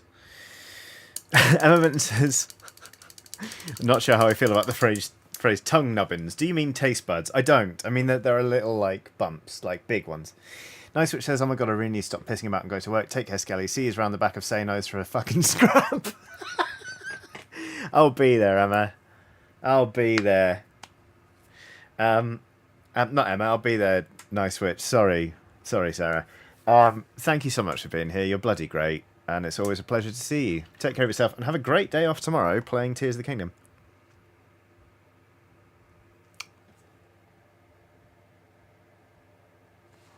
Right.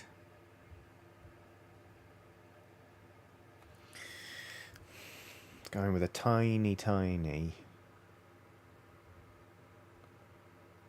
Yeah, there we go.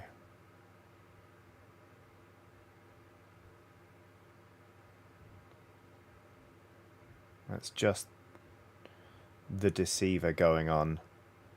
As Route -1 suggested, Route -1, you have come in clutch twice today with the same disappointing paint that has now earned its place on my painting bench. I don't know if you work for Vallejo or what, but for real, it is greatly appreciated. Thank you.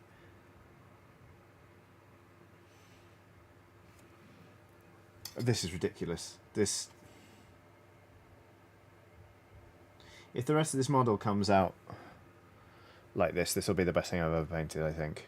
And it's really nice to be able to recognise that this early on in the process.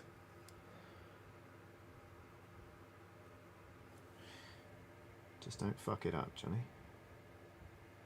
Or do and learn from it, it's fine. There we go, that's better.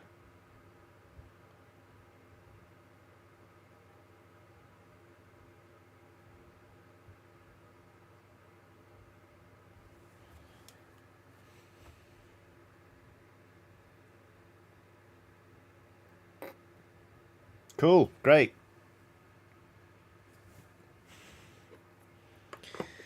Now, anywhere we want the same kind of dot. A tiny one in there, and there. The tiniest bit here and here.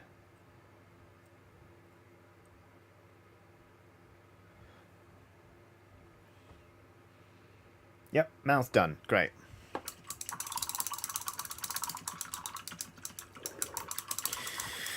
Whew. Blah, blah, blah, blah. Yep, that'll all work together. Yes! Oh, I'm absolutely delighted. I'm made up by that. Cool. That means we can get started on the skin, which will be good. Question is, okay, no, we can do this. Technurona says you can really get creative with a mouth like that, give them tonsil stones, etc. Yeah, but tonsil stones are gross. I don't want to have to look at reference pictures of them.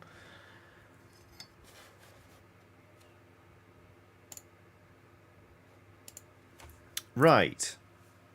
So here's the thing. And painters, your opinions are very much requested, actually, at this point. Not just welcome, but requested. I did like a normal... I did a black primer and then a grey zenithal and then a little dry brush. And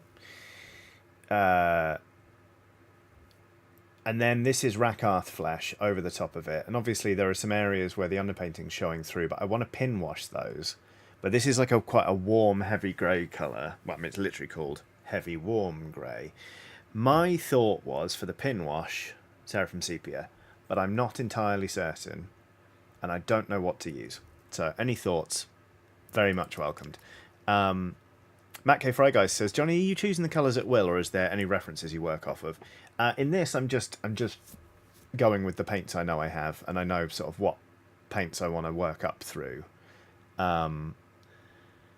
I've used reference stuff before, but that's mostly just to pick my colours, and then I sort of freestyle it. Good luck or a quick death has done a super chat. There is no message attached, because good luck or a quick death is the stoic kind of viewer, but is very, very nice.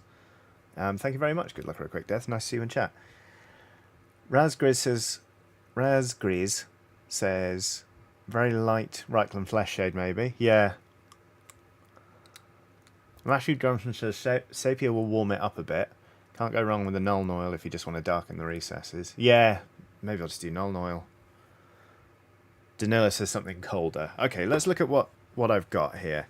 Alison Vassabal says, bye everyone, we'll have to catch the rest on VOD as I have to head to a dermatologist appointment. Good luck. I hope it all goes alright. Shades.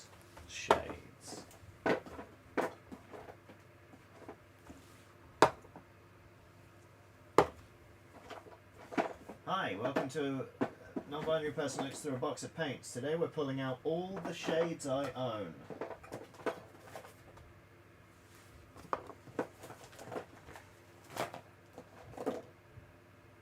That's a contrast paint.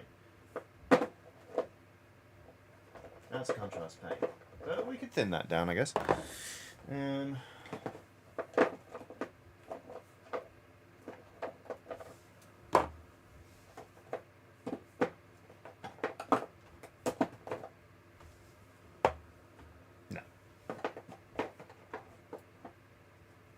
Oh, no, I had that one.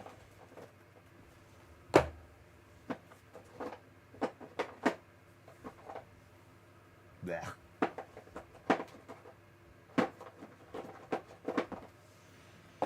Could have sworn I had the purple one, whatever that is.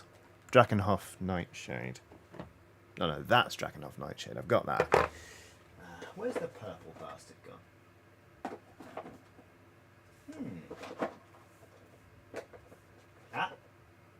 Oh no. Okay.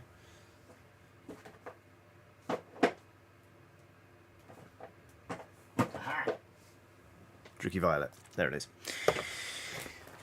So, the plan is to work up through like cream and stuff to like white to make this like a squig with albinism. And I kind of then want to freehand woad patterns over the top of it, so like a blue, a rich blue. So, in terms of shading, we've got Cassandora Yellow, Drakenhof Nightshade, fucking hell, Druchii Violet, Agrax Earthshade, Athonian Camo Shade, Reichland Flesh Shade,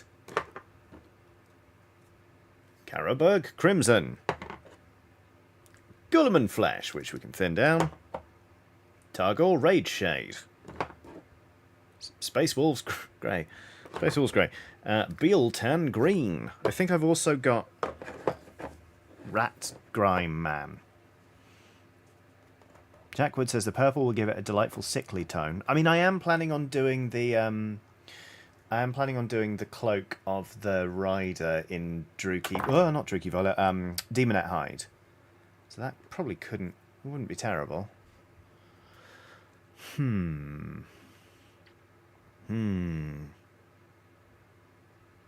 Okay, let's start narrowing this down. I'm going to remove all of the green ones. Aetherian Camoshade, no.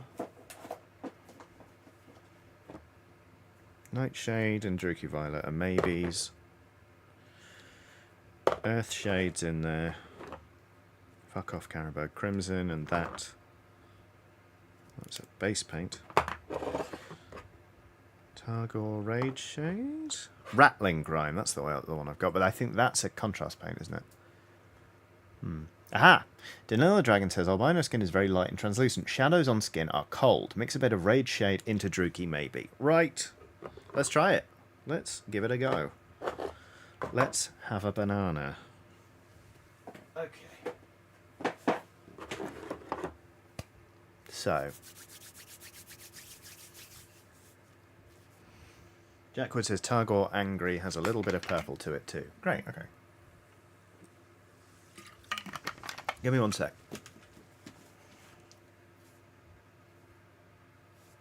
Because the album I was listening to has just finished.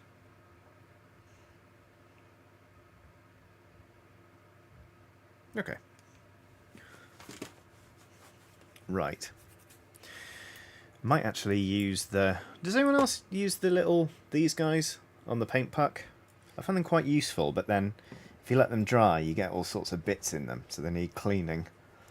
I'm going to give that a quick clean.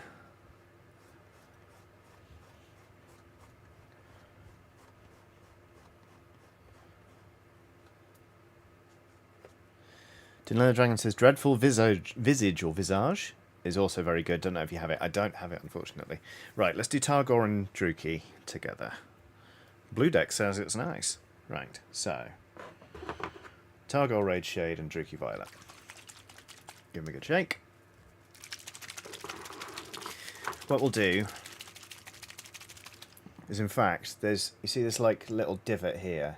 That's actually where the boot of the rider's going to go. So that's a fairly inoffensive place to test this.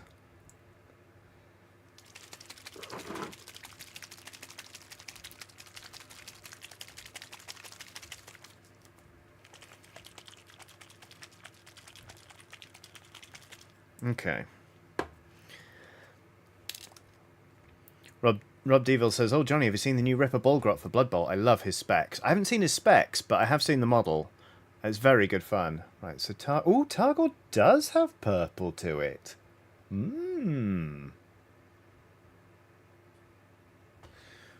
Let's pop some of that in there. Okay. Dino the Dragon says, meanwhile, I'm trying to paint a slan like an albino Pac-Man frog. Oh my god, that sounds amazing. You always make very fun choices, Danilla. It's great. And then let's have a look at Druchii Violet to see how intense this is. I mean, that's very purple. So let's actually... I'm going to do it the other way around and put a bit of Druchii into Targor Rage Shade. Do it that way. And then... Everton says, is your thumb covered in red paint or are you clawed by a tiny... attacked by a tiny clawed creature? This is paint, don't worry.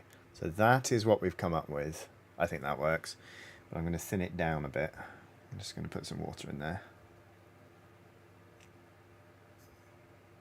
A bit more. Okie dokie. And then, there's my brush. Emma says, great, carry on. Thank you, Emma. Thank you for your concern. Right. So this is our shade mix.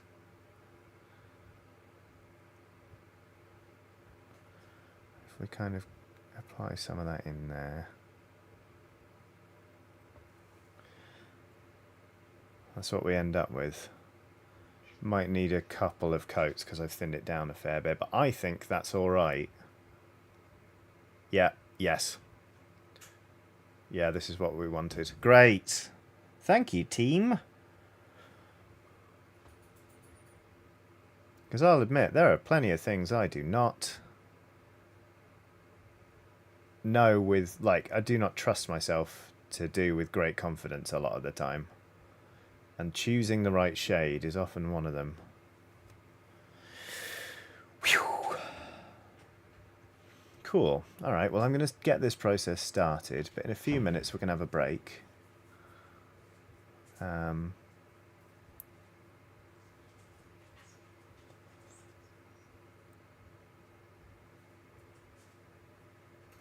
Because it's good to have a little break sometimes.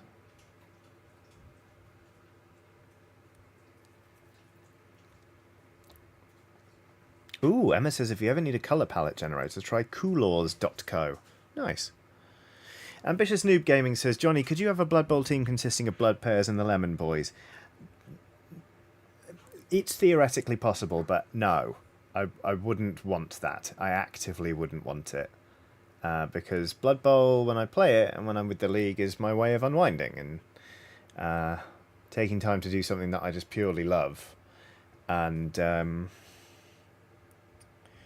if I turned up with a whole team of lemons and pears, I think people would rightly go, what's that about then? And then I'd have to be like, well, there's this thing on my YouTube channel, and if they're like, oh, you have a YouTube channel, then I have to talk about my YouTube channel, and that is kind of anathema to me. It is the exact opposite of how I would like to live my life. So, could somebody do it? Absolutely, yes. I bet they'd have a great time. There's too much shade in there. I bet they'd have a wonderful, wonderful time. Will I do it? No. There you go. A simple answer.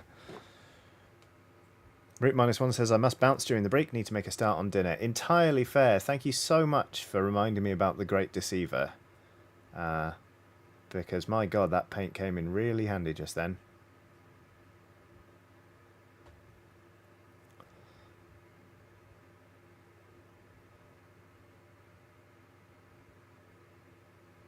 It was very, very useful indeed.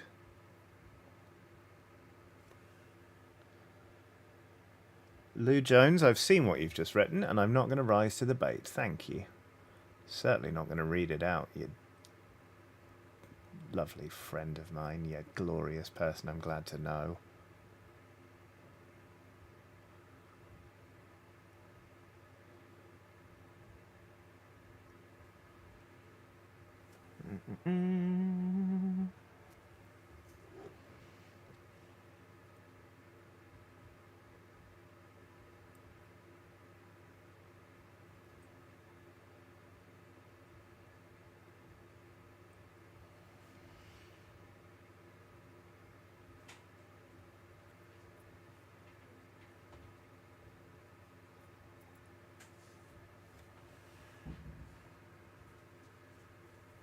Yeah, right. Just going to keep sort of chipping away at this stuff, really.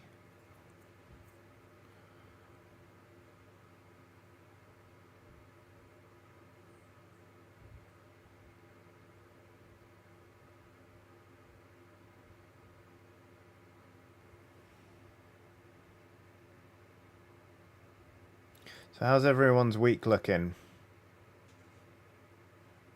You got much on this week? I have, yes. Feels like I've got not a dizzying amount on this week, but a fair amount. Got the games thing at Hackney, tickets pinned in chat. On Thursday. Wednesday. Oh, Wednesday I'm having a film night with a couple of pals, actually. That'd be nice. But I don't have an evening this week where I'm just vegging.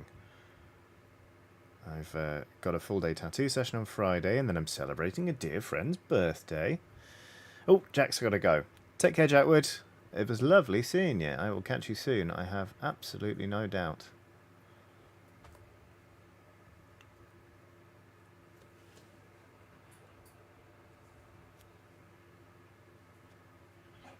Sarah Burke says, my week will be hard, but I can rest Wednesday and Sunday. Okay, well, those are two... At least you've got those 2 days sort of blocked out. Wednesday's a good one to take a rest day with, I find. Hey! Monk's in chat. Hello, Monk. How you doing? It's good to see you. I am painting, well, as you can see, a giant cave squig, but here's how we got to... I've mostly been working on the mouth. That's how that's looking. And then I'm sort of pin shading this, and then I'm going to start layering up the skin through cream to white. And we'll see how that goes, because I feel like I won't have anywhere to hide with that stuff, but fingers crossed it all goes okay.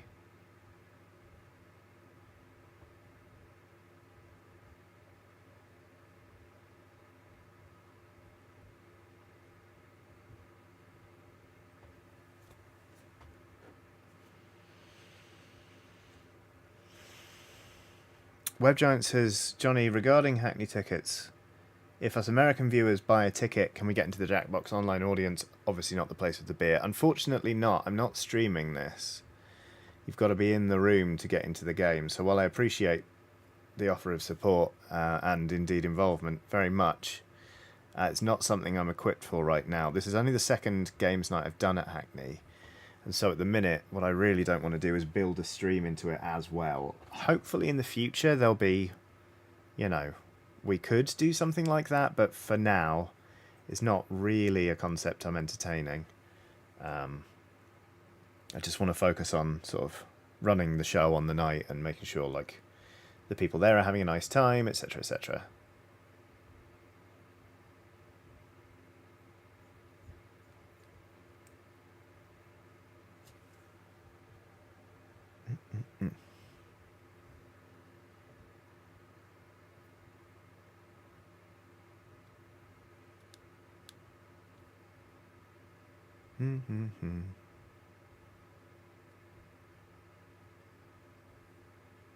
Oh, wow. That went fast. It's 3 minutes past 6 here in London, and well, in the rest of the UK, actually, and in many other places. So, we should take a little break. We can take 5 minutes. I'm going to go get some water and have a wee. I'm going to check in on our fairy house guest, who I'm going to tell you about once I get back. Because, oh lord, it's happening again. And then we'll carry on painting. So, yeah, if you've got anything in the next 5 minutes that you need to do, or, you know, if you need a stretch, you need to wander around, or you're dehydrated, or you're peckish, or you're too warm, or you're too cold, etc., etc., go do the thing. And then we'll all come back and have a lovely time. So, I'm going to put the brush down now, and to stop pin washing this squig. And I'll be back in about 5 minutes, so I will see you then.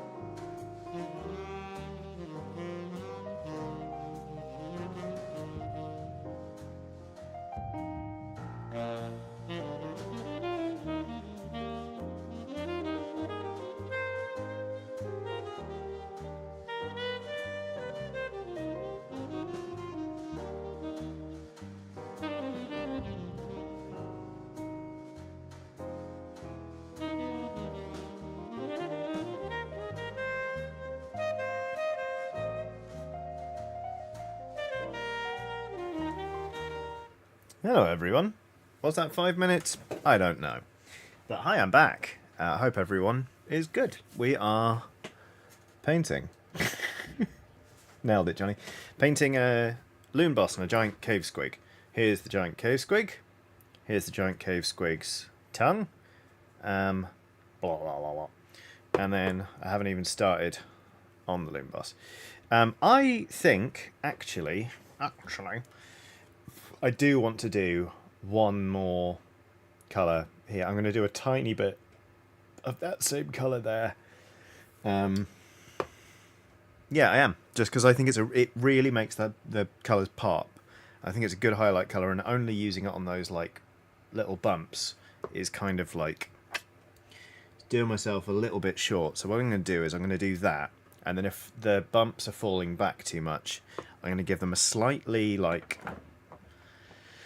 sickly, maybe yellowish highlight. Loonboss says, do we also have Giant Cave Squig's smaller cousin, not Giant Cave Squig? I've got some squig. I need to assemble them, but I do have more squigs. You best believe I've got more squigs. Right. So, I mentioned just before the break that we have a furry house guest. To quote Twin Peaks, it is happening again. Basically, there is a stray that we have seen around the outside, well, around our neighbourhood for weeks and weeks and weeks on end. Like, super skinny, has a really mangy looking tail, and has kind of been yowling a lot at night. I think we think she's not been spayed, and she's been in heat, and etc. etc. So we have basically, my partner managed to get hold of this cat. And we've taken her in to see if she is chipped, and also to just give her some fucking food. So the good news is we don't think she's pignat, because obviously long-term viewers will know that last year we took in a kitten that was, well, a cat actually, that was in the same sort of state. Is this overkill? Is this overkill? I think it's okay. I think it's okay. We took in a cat that was in a similar state, and then it transpired she was pregnant, so she ended up staying with us for months, and then she had the kittens, and we adopted them all out. This one just does not seem to be pregnant. We don't think she actually has the body mass to sustain a litter. So we reckon, you know, we're safe from raising another litter of kittens, but we'd really like to help this cat out. So we've had her since yesterday. She's currently wolfing down food. I'll show you a picture because I took one during the break. I'm undecided as to this last highlight here. I'll be perfectly honest with you. I think it's okay. I think once it dries, it'll calm down a bit. So I'm going to keep going. But I'll show you a picture. In my inimitable style, I was like, well, I've got to give this cat a stupid name. Hang on.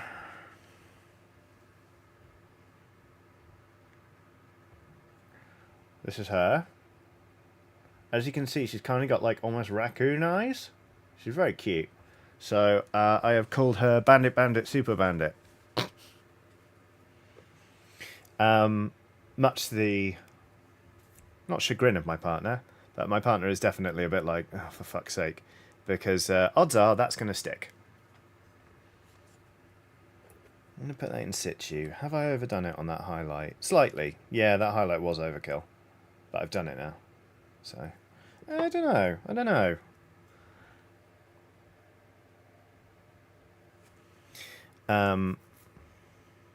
I just think Bandit Bandit Super Bandit's a fun name for a cat. But this is the problem, right? Is that when Lil Speedy had all her kittens last year, we deliberately gave them silly names, and so that the people who adopted them would rename them and feel comfortable doing so. No one did it. So we've still got cats out there with names like Bernie's Mountain Dog, and Sigourney Weaver Butter Cat. There's one called Billie Eilish, you know, and these are people's cats now. They're just out there in the world. So if I know if the past is anything to go on, someone out there is gonna have a cat called Bandit Bandit Super Bandit. So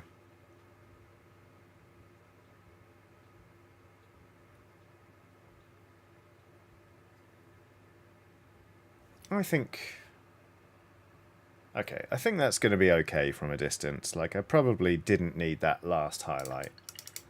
But what I'm going to do is mix a tiny bit of yellow in with that colour and pop it back on the sort of pustule things.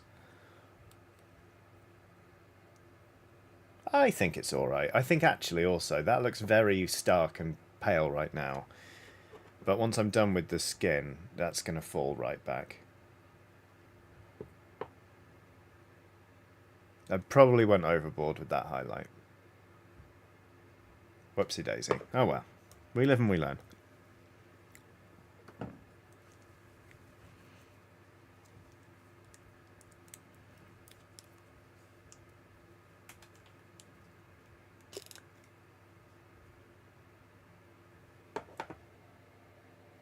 Yeah, gross. Yeah, that'll work. Ugh. Just popped a tiny bit of Avalon Sunset into that pink. And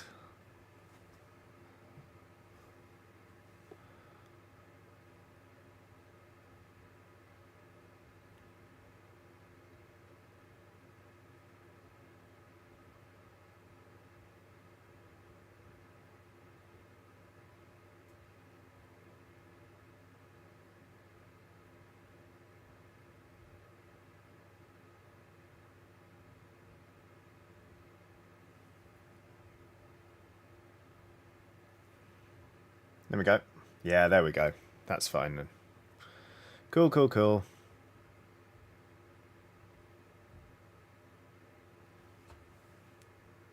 Ah, gross. Okay, I like it again.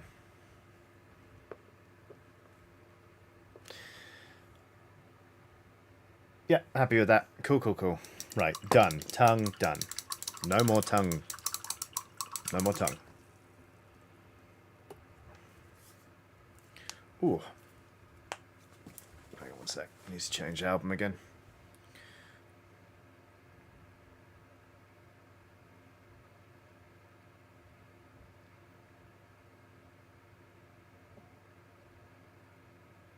Cool.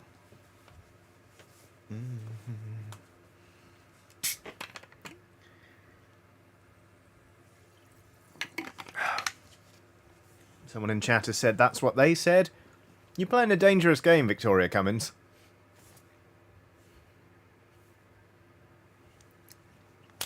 Right. we're gonna go back to the skin now on the squig. I'm gonna mix heavy warm grey, which is the base colour, with my favourite colour, pale sand. Emma Benton says that was so petty, lol. It was, yeah. Victoria says, but it's a fun one. Okay, fair, touche. We'll call it a draw.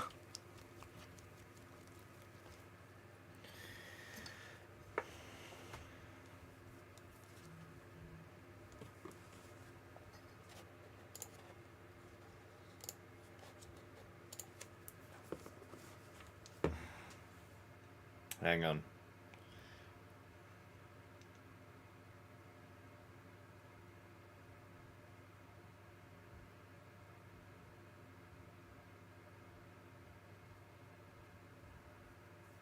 One sec.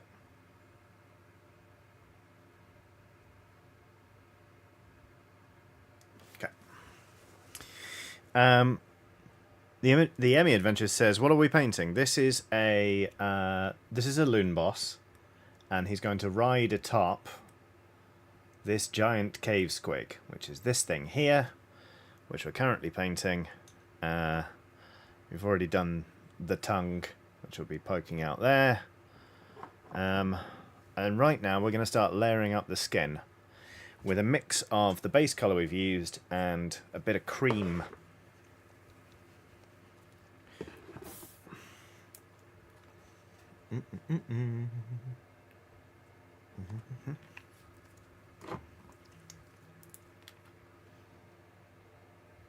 Okay. What size brush to use? This one. Nathan says, evening gang, feels like it's ages since I caught a painting stream. Time to build some pigs. Feels like ages since I've done one.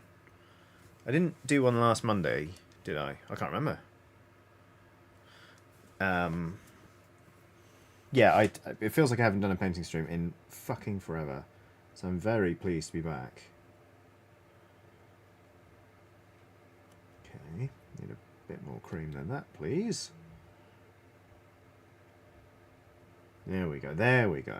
Okay, yeah, now we're talking. I think we're talking. Yeah, layers of that'll do. Cool, cool. Chaos says, I should paint something. I have a lot of base-coated but otherwise untouched models on my desk. Oh, it was a bank holiday last Monday. Thank you, Aiden. I feel you on that one. But, you know, if you're not feeling it, then you're not feeling it. You do you, Kay.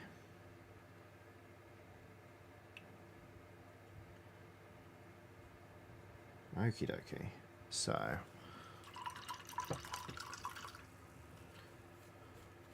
Silver Comet says, first day today of being self-employed after serious burnout. Terrifying. You're an inspiration, Johnny. But could it be for less scary stuff? Oh, believe me, I'm not going to do anything that drastic again for a long while. Oof. Yeah, well, listen, I'm really, really... I mean, I'm sorry to hear about the burnout. But also, I'm very glad to hear that you recognised it and you took the appropriate steps. That must have been very stressful. But I'm glad you're out on the other side of it, and I really hope that it all goes well. Including today, your first day. If I'd known, I would have made you a brown bag lunch.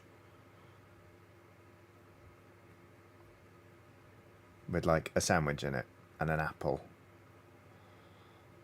Not like... I wouldn't have gone overboard like Emilio Estevez's lunch in The Breakfast Club. That would have been weird, but... Right.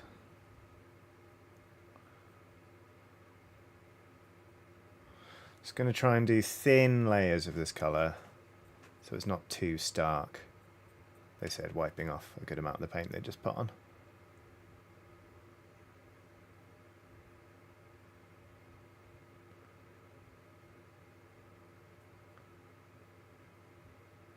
So I want to avoid the real dips and stuff, so we still got that nice colour and the shade. And I want to build this up gradually. I don't want to go bonkers first off. I want it to be subtle-ish. Subtle-ish is about the best I can aim for, to be honest. Anonymous says, a brown lunch, is that related to a party beige? No, like a brown bag lunch. You know, like a lunch that comes in a brown bag. So you get a sandwich, you know, you get some crisps, you get an apple. Is that phrase not as widely known as I thought? Because it's like, I definitely think of it as like a thing. Like brown bag lunches, they're a thing. You know, like you're on a school trip, you get a brown bag lunch.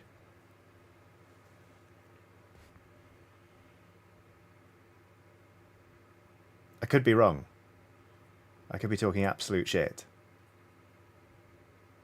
Okay, Cameron says I knew what you meant, Johnny. Okay.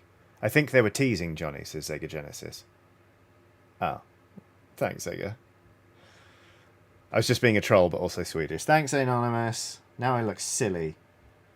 Ah, man, Sweden's made me look stupid too many times on this channel.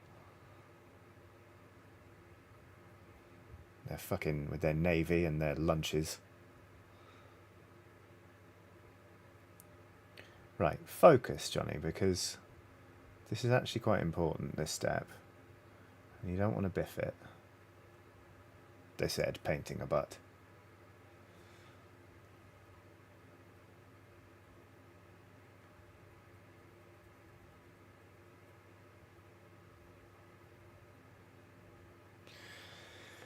Okay.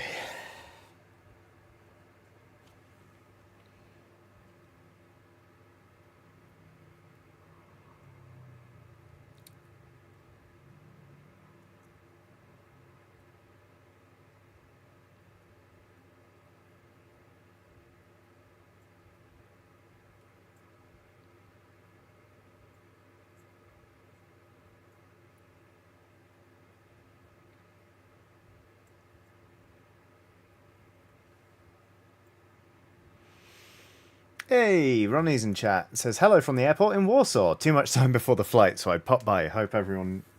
So thought I popped by. Hope everyone is good. Doing all right, thanks, Ronnie. Painting a squig. I hope the time passes very nicely in the airport, and that your flight is good and smooth, and that you have a spare seat next to you, because that's the dream. I mean, the dream is like a whole row. I mean, the dream is being upgraded. I mean, the dream is instant translocation. But if we work back down that hierarchy, having a seat next to you is good.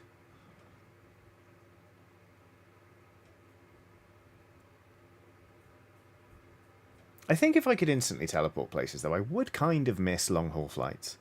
I like them. I like reading on them. Just reading a lot of book. Although when I flew back from Boston, I realised I'd left my e-reader, my Kobo, in Boston. So I was like, oh. No, Ronnie says the airport has wine. I am very relieved. Good. Yeah, realising I had no book to read on the flight home was annoying.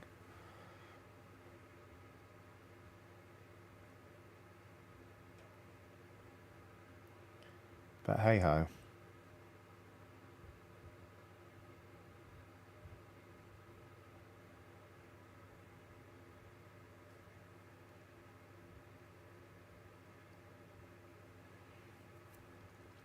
At least my Kobo did actually turn up.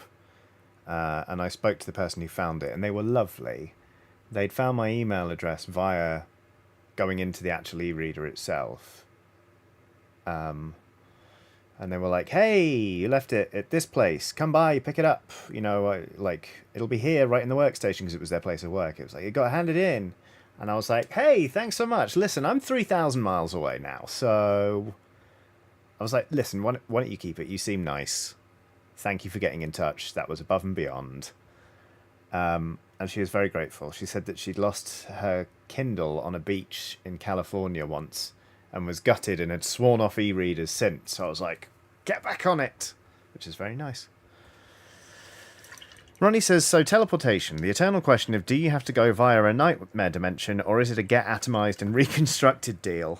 Isn't there a neither? Is there a neither option? Does it have to be a nightmare dimension? Can it not just be like an in the middle dimension? The just nipping through dimension? The don't mind me, I'm just popping through on my way to another place destination dimension? It's being atomized doesn't sound like a great barrel of laughs. Like, don't they throw up every time in Stargate when they go through? But then is Stargate atomizing? It's been ages since I've seen it.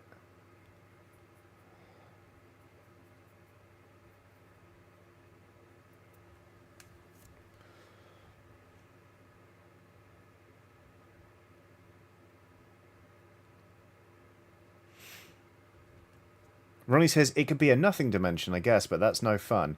Well, if you're there swiftly enough for the teleportation to be referred to as instant, I don't mind if it's boring. I'd prefer it to be boring if it's that or the fucking nightmare dimension. You know what I mean? It's like saying, do you want your long-haul flight to be fun or a nightmare? Like, I'll take fun, please. Or not fun, I'll take boring. Matthew Johnson says, Star Trek is the atomizing, Warhammer 40k and Nightcrawler are the hell dimension. That's the one. Ah, the warp. How could I forget? I quite like Witch Space in Elite Dangerous. That one's fun. Till you get interdicted by the fucking... what are they called? alien dudes. What the fuck are they? Thargoids. Oh, Stargate is also atomizing, says Anonymous. Thanks. Cool. Nice. What a bunch of knowledgeable sci-fi people we have at our disposal. Alright, let's roll out the eternal question. What sci-fi universe would you live in if you had to pick one?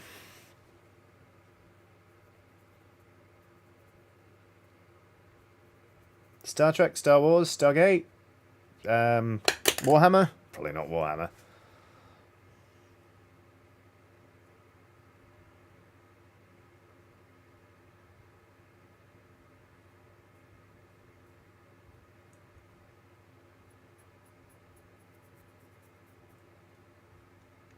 The Emmy Adventures says The Hunger Games. Aiden says Farscape. I'm almost certainly mispronouncing this, but Magva Delin says Elite Dangerous.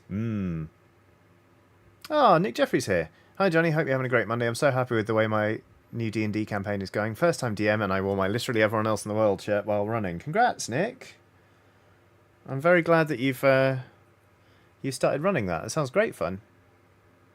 And I'm glad that you are happy with the way it is going, because not feeling like you've got a good handle on things is a scary and unpleasant feeling as a DM. I speak from experience.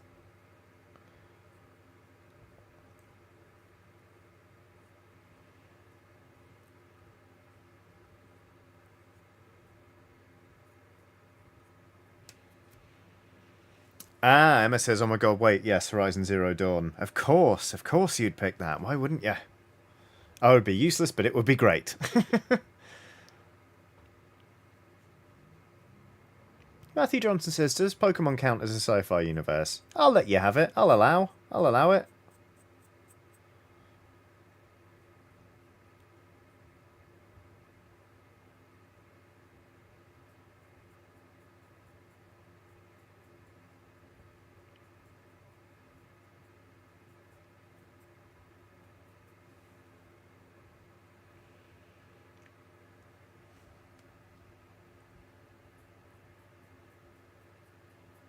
This is layering up okay, I think.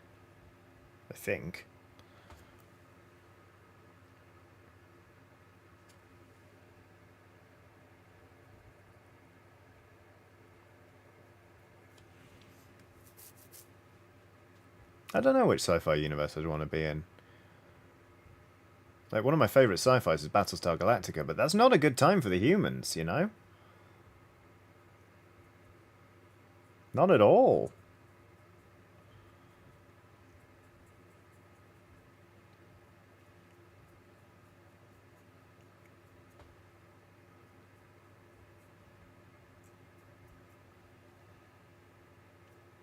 Maybe I could just get a job as, like, the bartender on the Battlestar Galactica.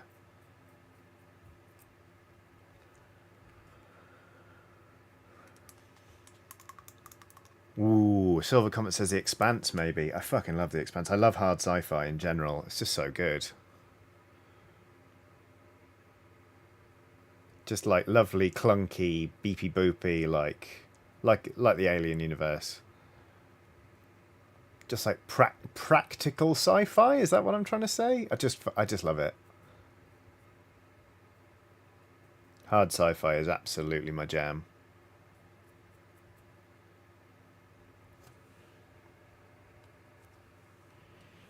I mean, in The Expanse, everyone on Earth, that like they have universal basic income and people can just live on that, you know, and they kind of want for nothing. People are bored, but they have it, which is kind of, you know, intriguing.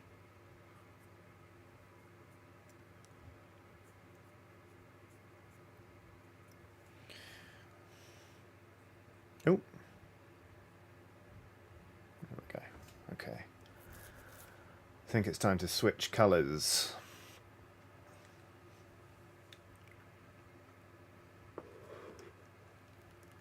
Ronnie says Twilight Imperium for the win. That's the fiddliest of sci-fi and it's very good. Yeah, fair.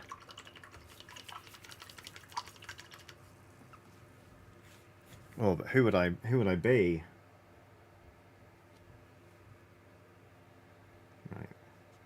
Put some more cream in that mix.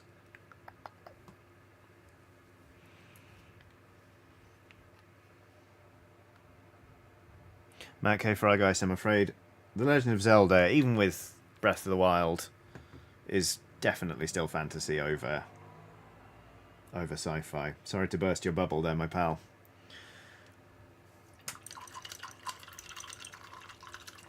Denial the Dragon says, I'd live in the Star Wars universe. Let's hope I'm not force sensitive, too quick to anger to be a Jedi.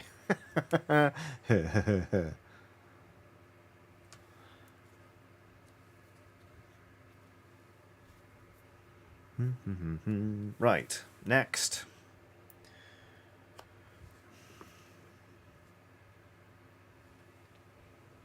Okay, start on the butt again. Is that too big of a jump? No. No, it is not. Especially since I'm trying to do this in thin layers.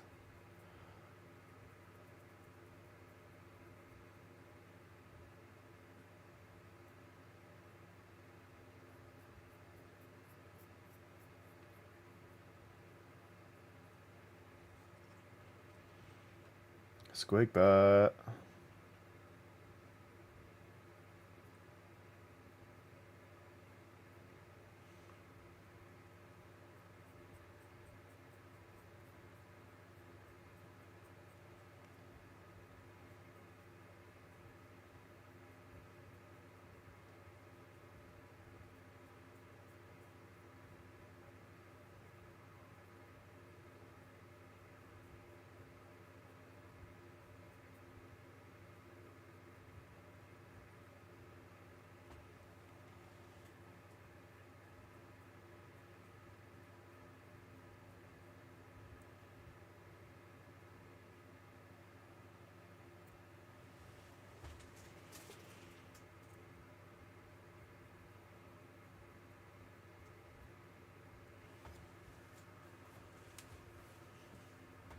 Carrie Choi says, be right back, getting a drink. Stay hydrated, people. Looking at you, Emma Venton. Mm-hmm. In fact, right, let's have a little... Right. Everyone, posture check. How you sitting? Are you sitting like a weird little gremlin?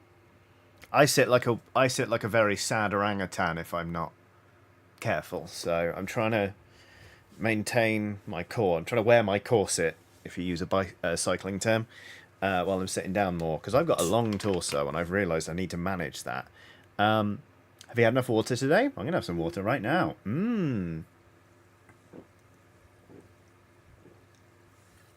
Lucas says, my leg is asleep and I'm scared to move. I love that sci-fi story. Mithril says, I'm going to get a drink, don't call me out. Oh no, I read it out, sorry.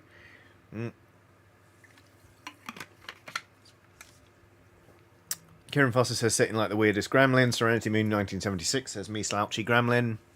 Matthew Johnson says, I paint like a large prawn. Thunder Cookie says, yes, I'm doing slouchy gremlin. Come on, right.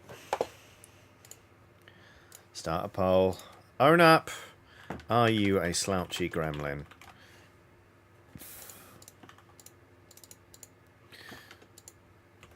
Own up. If you were sitting like a slouchy gremlin, you have to admit it. There's a poll there. There you go. Come on. Fess up. 86% of respondents. Yeah. That's a lot of slouchy gremlins.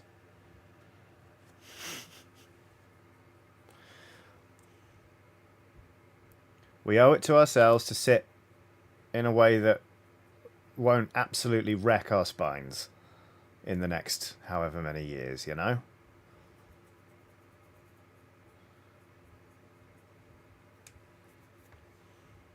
Silver Comet says, seductive gremlin. Well, then.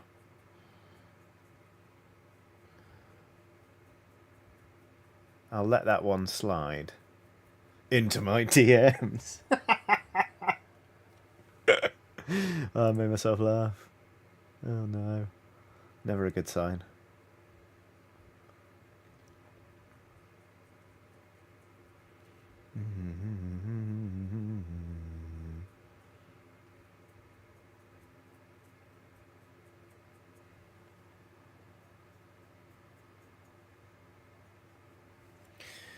I really owe Ollie my thanks with this model for suggesting that I start with a fleshy colour, because it has come in very handy.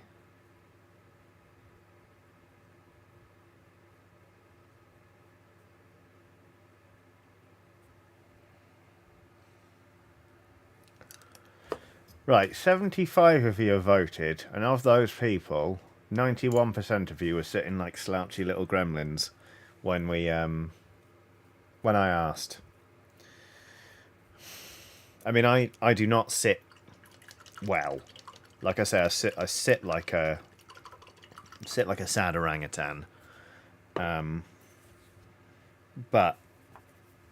you know, we should all try and sit betterer. There, I said it.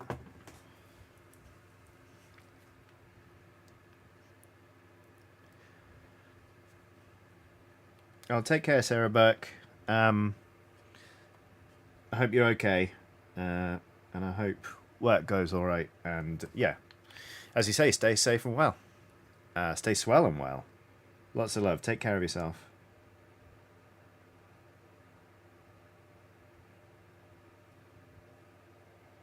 Oh, I eyeballed that very nicely, that colour. Just mix the same paint up again, and I got it right first time. Ronnie says there's 1% missing from the poll. Yeah. 90% of you said I'm a slouchy gremlin. 9% of people who responded said no. And then 1%.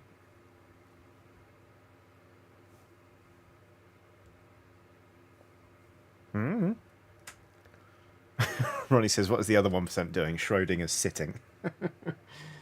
Yeah, pretty much. It's just that weird sort of like half squat. I feel like YouTube does that a lot with polls, where the polls don't really add up.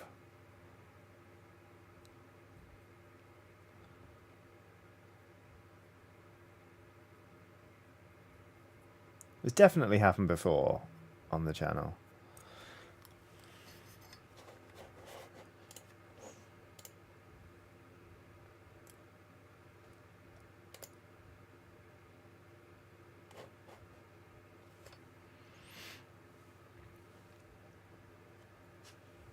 Skull and Boots says maybe the 1% is the friends we made along the way. I think the 1% are all of the osteopaths who are going to have to help us when we're older.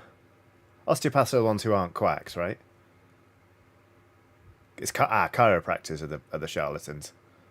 That's right. I remember now. I need to go down a brush size pretty soon on this, I think. I can stick on this one for a bit, but then we're going to go down.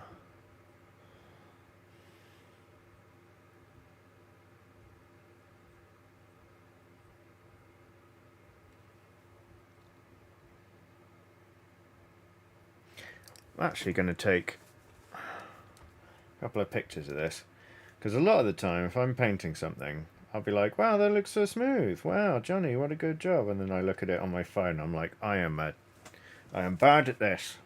It looks awful. How dare I? But actually, I'm pleased to say this looks okay. It passes the phone camera test, which very few of my models have ever done. Kieran Foster says, clearly the 1% were merely sitting like gremlins, just unslouched. There we go. Mystery solved. Fuck you, Schrodinger. We do have fun.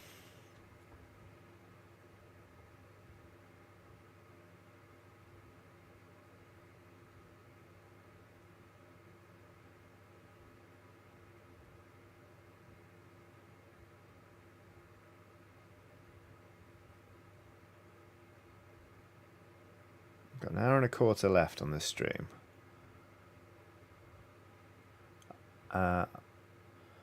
It's not likely we're going to make any real progress on the Loonboss himself, but there's a chance we'll actually get this squig finished. Maybe not the stuff on the base, but I reckon we can finish this sucker up.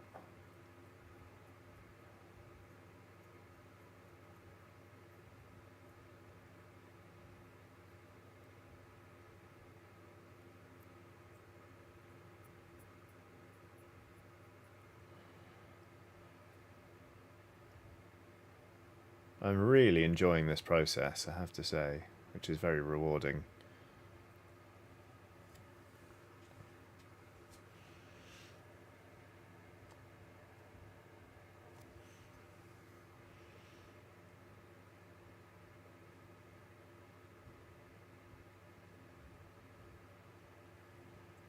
That's a bit too much, that layer. Blech.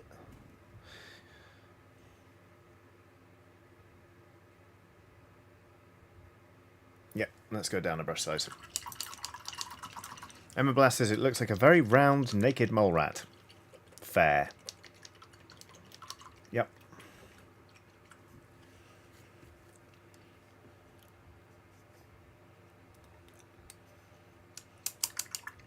Ooh, Urismith says, off to make risotto for when my wife and daughter get home from swimming. Take care, all. Take care, Urismith. Have a nice time making risotto. I really like making risotto. It's very meditative.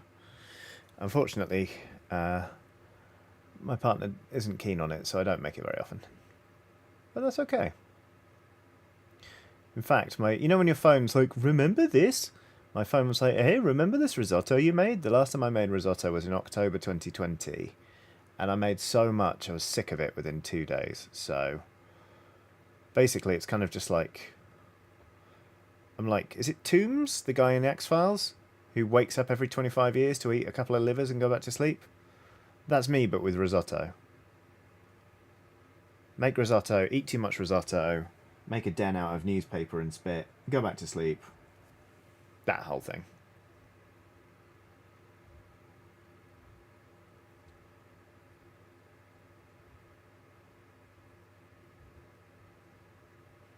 Aiden says, oh, thanks for reminding me of that. Ugh. Still scary, even now. Like, it's a really scary villain.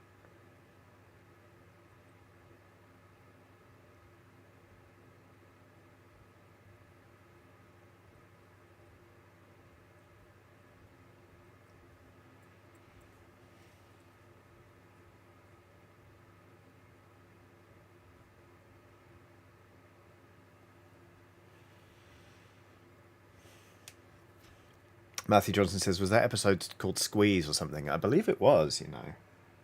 It's been a while since I've seen it, but the first time I saw it, I was in my late 20s, and it was scary. Like, genuinely, unironically, it was spooky scary.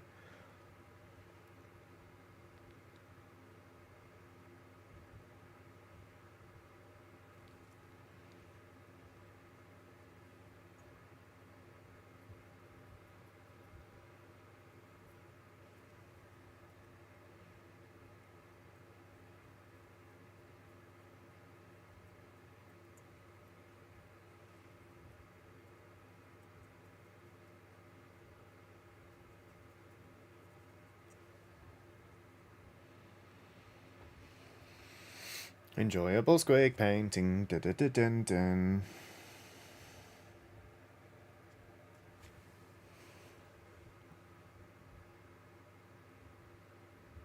Oh, it was called Tombs, says Web Giant. Oh, could have sworn it was called something like Squeeze. But yeah, Tombs. Blah, horrible. I remember as a child being very afraid of the episode with like the vampire pizza delivery driver. And then going back and watching it, I was like, oh no, this is the one that really scared me as a child. It's one of the most overtly comedic episodes of all of the X-Files.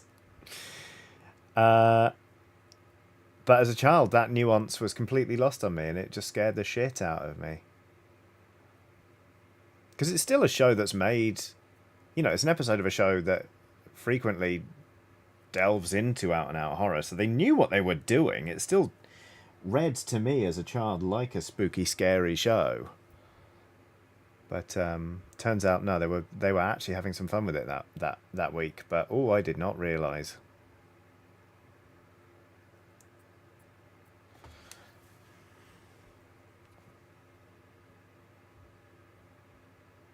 But hey-ho.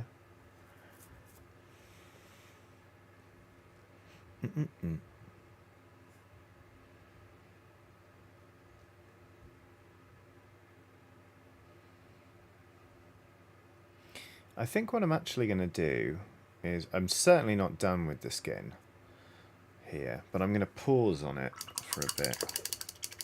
Am I? No, I'm going to keep going, actually. Hush up, Johnny. Do-do-dum-dum.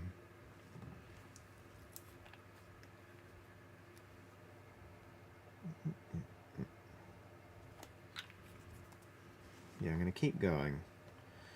I was going to say I might start working in some of the details on the base to kind of bring more colour into it, but I'm not quite there with the skin yet. I'd like to keep going, so I will. Take that.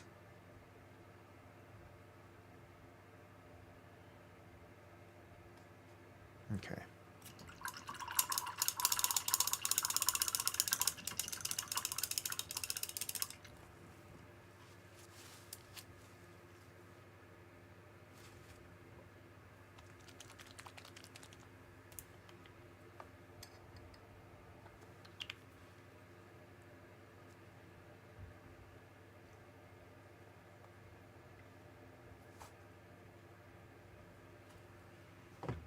We'll start with the butt again.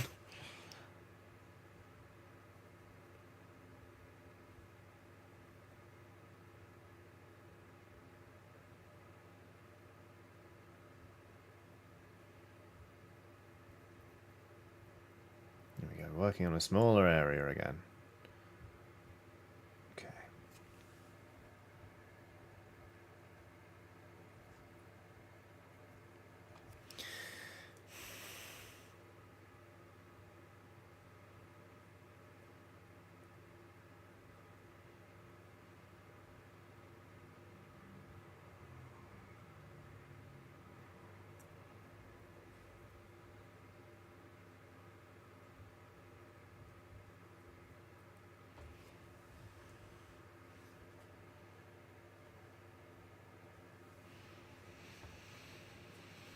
Oh, I didn't do the other side of the butt.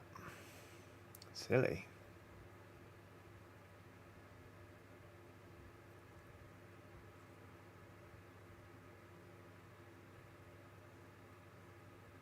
Can't do just one side of the butt. You can't do both sides of the butt. Otherwise it's not a butt. What's the law?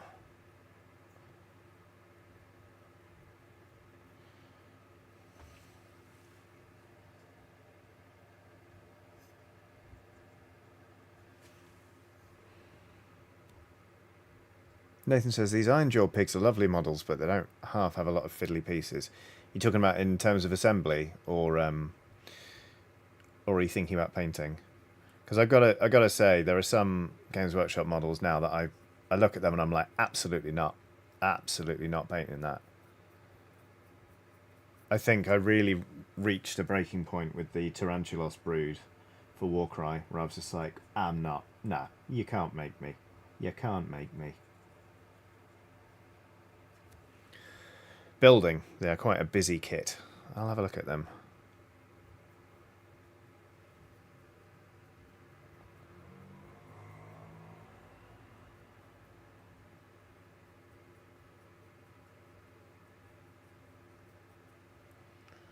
Oh dear. That's a bit much. It's a bit busy. Speaking of busy things.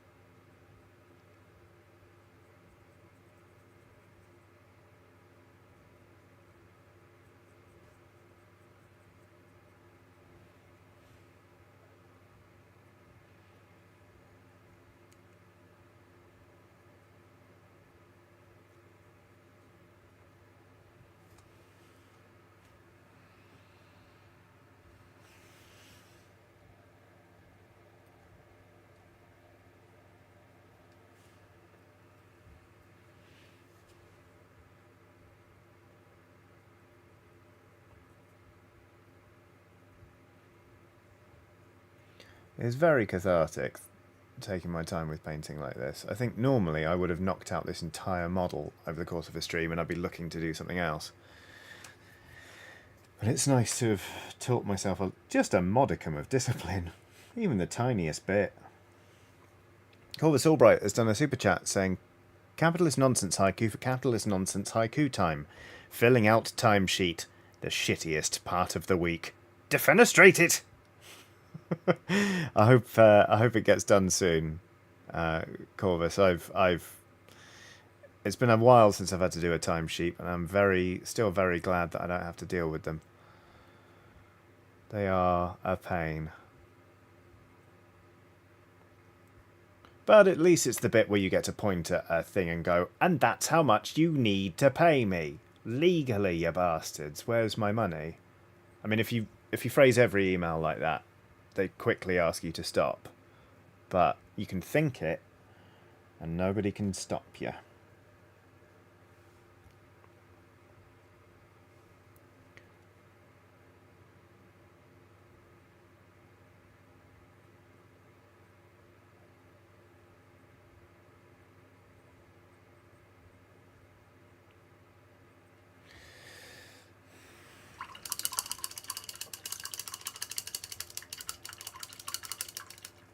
Mithril says, my aim is to be good enough to paint battle nuns, because battle nuns.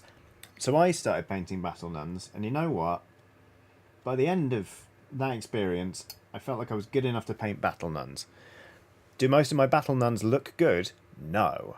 But I walked away from it being like, yeah, I've got that. Like, what I mean to say is that those models really pushed me to improve in terms of my accuracy and thinking about different textures and just thinking about where I wanted the paint to go on the model.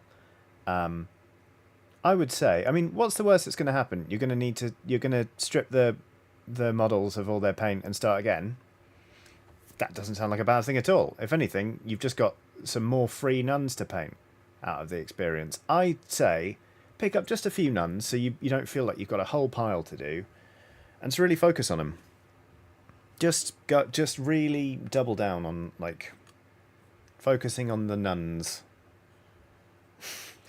Focusing on the nuns. Focus on your nuns.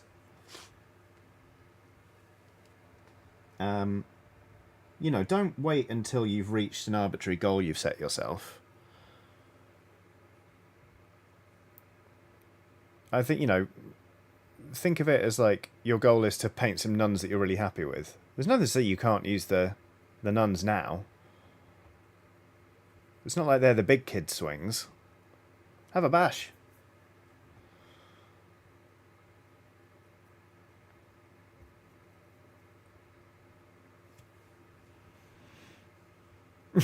Emma says, and if you can't source your nuns locally at a convent, store-bought is fine. That's very good. I enjoyed that.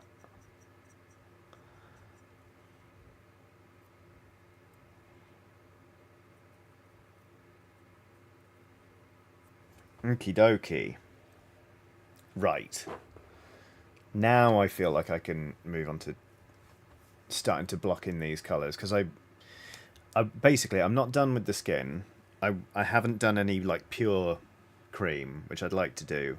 I'd like to really push some of the highlights on this. But I want to do that final step with everything in sort of basically knowing what the colours are going to be like down here. So I'm going to start very gently base coating stuff on the base, which is a big personal step for me because I have such a bad habit of just focusing on this bit of the model and then completely ignoring that shit. So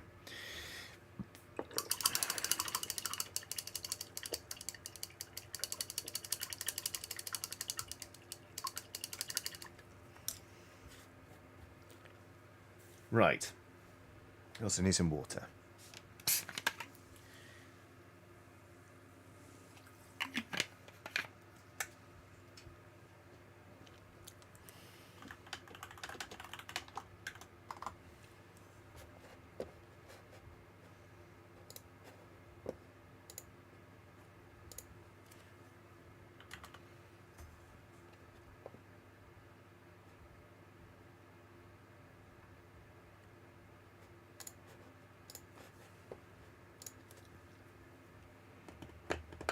Rotten Luck says, I got the new Zinch demons to paint, and boy am I intimidated. I can see why. But also, fuck it, they're your models. Go smash them. Smash them up. No, smash them. Go do a paint job. You'll learn a lot, if nothing else. Okay.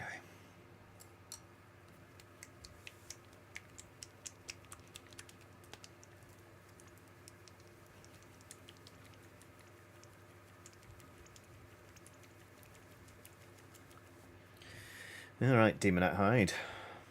Welcome to the party, pal.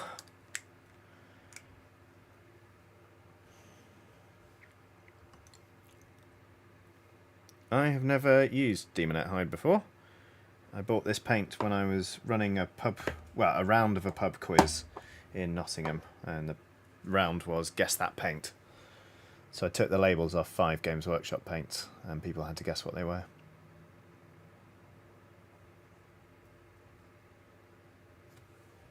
It was niche, but then it was just for the people I was with, so it's fine.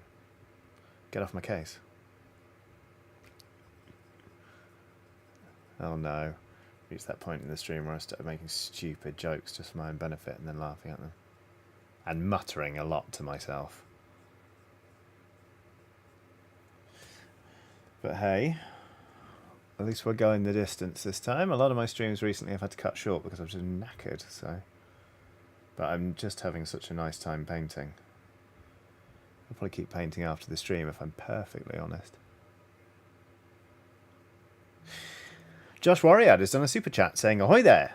Today has been rather awful for my head and I've been feeling rather overwhelmed, but you really help immensely. Many, many thanks to you." That's such a lovely super chat, Josh. Thank you. I mean, that's a lovely thing to say, whether or not, you know, making it into a super chat. But I'm sorry to hear that the head's not been good today, but I'm very, very glad to have helped in whatever way I can, basically. Feels like a weird life hack that, you know, me talking bollocks and painting on the internet can make people feel a bit better, but I'm very glad that it works. So yeah, thank you again for the super chat. I hope things start looking up very, very soon. And do take care of yourself. It's Tommy Wright has done... This is It's Tommy Wright's first ever super chat. Congratulations, Tommy, and thank you very much for spending it with me, or on me, I suppose. Tommy says, "Stuck in backstage purgatory of painting wood to look like wood. The good bit is that no one minds having the stream on. Thanks for making it bearable." You've got this, painting wood to look like wood crew. That sounds tedious, but hopefully it'll all get done soon. And you find it, you know, once it's done, you feel satisfied with the work. It's not fair that sometimes a thing needs to be treated in order to look like the thing it is. And I realise that nobody knows that better than you right now, but you've got this. Keep going. You're going to be absolutely fine. Right. Is that red still good? Yeah, that red's still good. All right. A red mushroom back here and a purple mushroom. Then we'll do a brown mushroom. If I thought about it, I would have made that one the red mushroom, that one the brown mushroom. I can. Look. I'm literally doing it.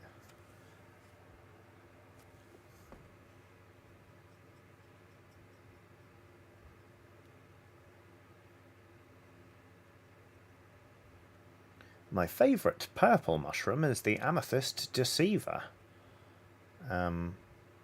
So we've got round heads, and they're surprisingly, like, boingy. They're like little analog sticks that pop out on the ground. Nick Jeffrey says, "Did you know Aladdin entered last year's Tour de France? Sadly, he got disqualified for using performance-enhancing rugs." Very good, Nick.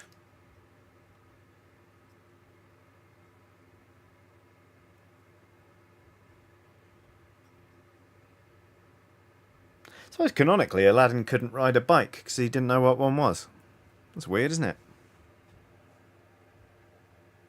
In fact, most of the, you know, the most famous heroes from literary history, and indeed history, can't ride a bike.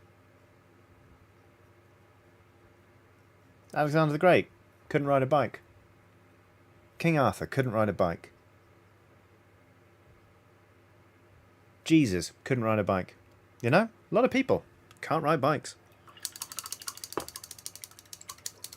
Lou says you can tell I finished work because I'm on a different YouTube login, laughing my ass off. Hello again, Lou.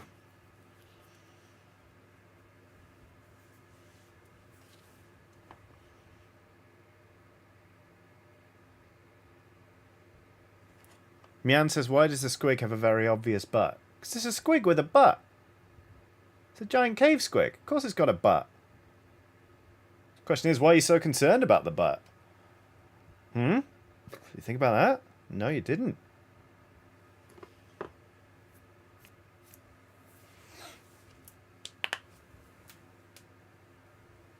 Oh. Julius Caesar couldn't ride a bike. Mark Antony couldn't ride a bike. Cleopatra couldn't ride a bike. Just couldn't ride a fucking bike. God, that's made me feel so much better about so many things in history. You know, being like, well, Mozart wrote, or were bikes around when Mozart was around? But you know, like for example, let's say for the sake of argument, no. Like Mozart did the following things. He wrote symphonies when he was only 14. Couldn't ride a bike though. Oh, sorry to everyone who heard me cracking like a ship coming apart at the seams there. I've just got a lot of nitrogen bubbles in my joints. It's fine, probably.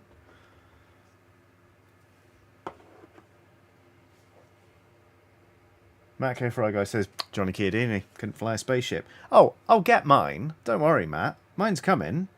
But for now, quite happy. It's Tommy Wright says, apparently about half of the wood painting crew can't ride a bike. Factions have somehow formed because of it. Oh no. No, wood painting crew, stick together. You've got an onerous and frankly vaguely insulting task. You've got to put work in to make something look like it's itself. Now's not the time to be fighting about bikes. And I'm not saying that people who can't ride bikes now are bad. Because you know, if you wanted to, if it bothered you that, you know, Cleopatra couldn't ride one, and you felt that somehow that put you in competition, you could have always learned. She can't. You know, you're one up. Come on, wood painting wood crew. Please. Settle this, put this argument aside. For my sake.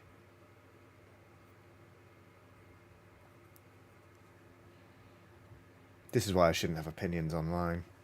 Ruth Adamson says Mozart was pre-bikes by a few decades, if I recall close. Ha! Take that, Mozart. Close but no cigar, you fucking mope. Take that. Oops. Oh no! Mozart? The ghost of Mozart knocked my squig into my palate. Ghosts.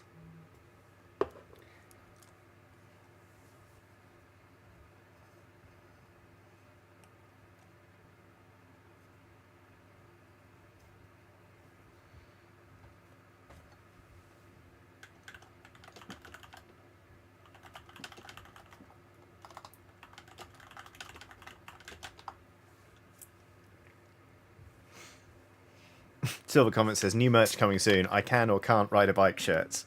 I don't hate it. Hang on, it's Change album. We'll run through this one. It's a good album, though. Or have I? Oh, yes, I have. Let's go with...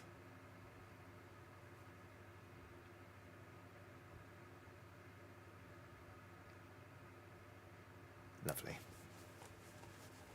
Okay.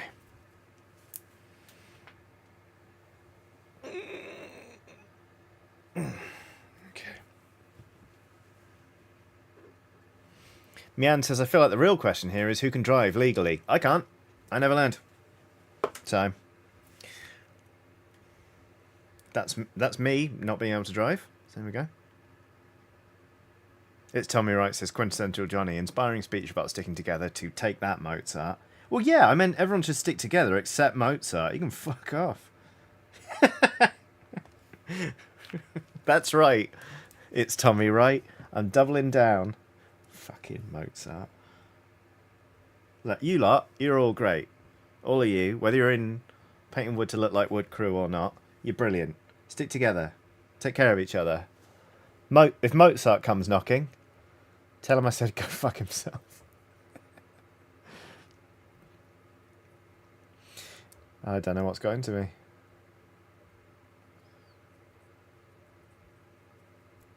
Not sure about the colour legs for this little moon guy's a little spider thing. Or a little bug walking around on 4 legs.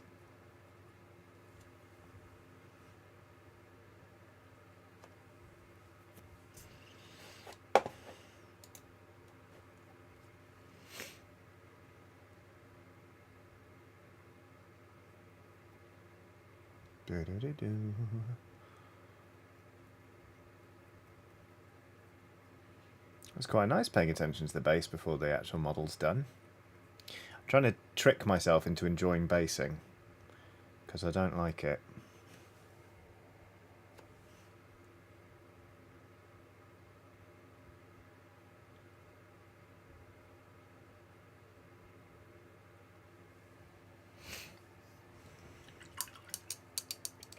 But it does, even now already, it's starting to feel like tying the model together.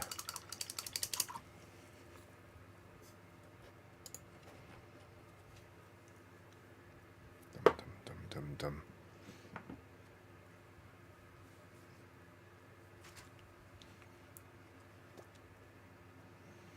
Avalanche Sunset. Also, the first time I've used this paint.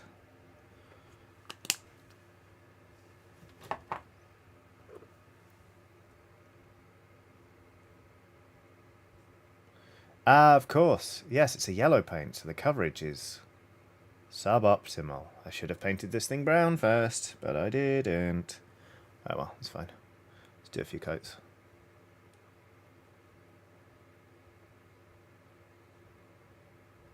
Not like I've got anything else on right now.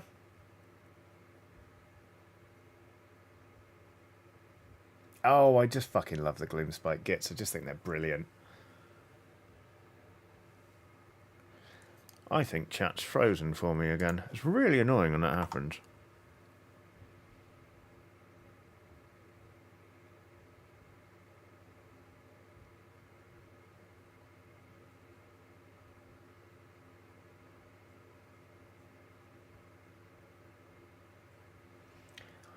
There we go, yeah. Oh no! It's Tommy Wright says, oh no, the one person you can drive has been shunned from both bike crews. I'm really worried about what I'm doing to this lovely team of people.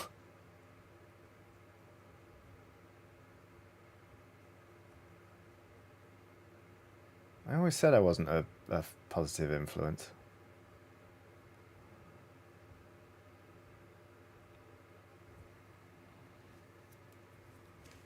That's how this is coming on.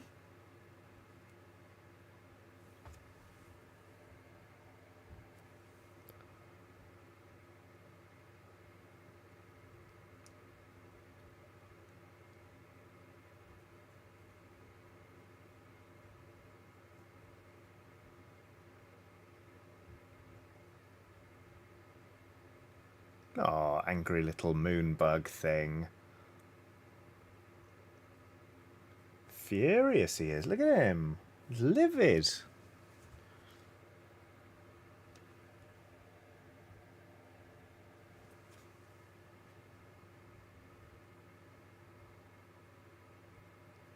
Carrie Choi says, chat froze in my cell. Why I have stream playing on my cell as I watch on my laptop makes no sense, but whatever.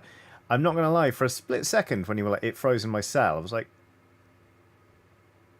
is Carrie in prison? Is Carrie watching from a jail cell? But you meant on a cell phone. Understood. Right.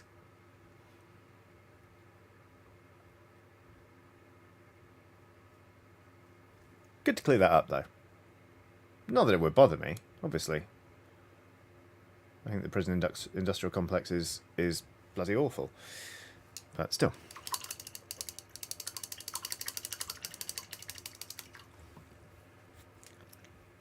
Right.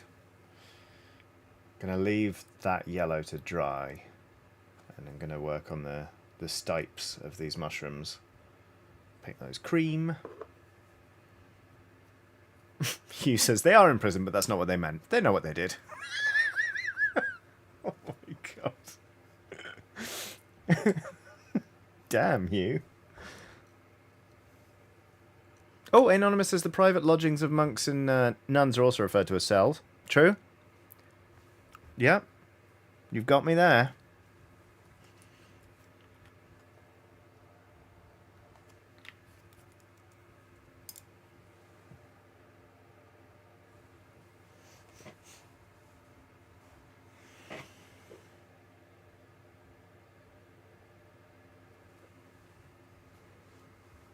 Nathan says Rakarth flesh is good for mushroom stalks, makes them look quite sickly.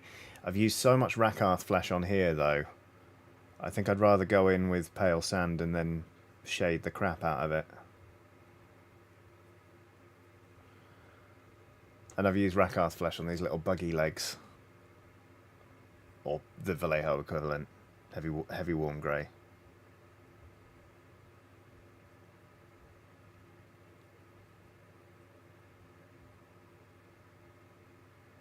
Before I go any further on that, actually, on any of this, once I've done these stalks, I'm gonna paint the earth.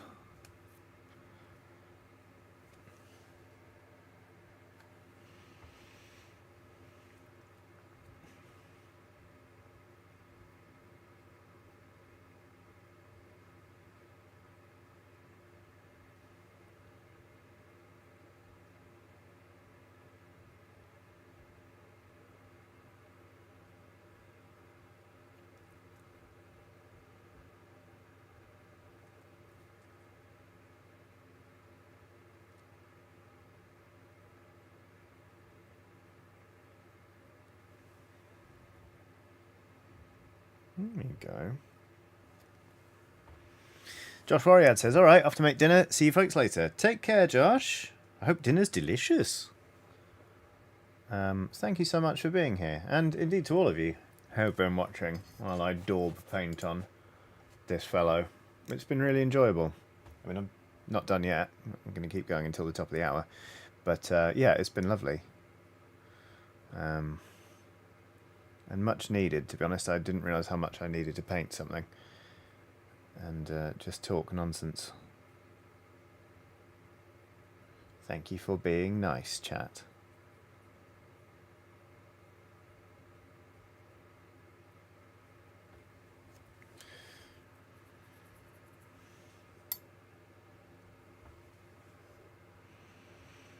Alison Vassavar says, so my appointment wasn't as long as I thought it was. What did I miss?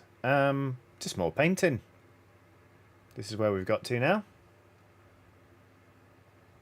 Oh, I can still push this skin further, definitely.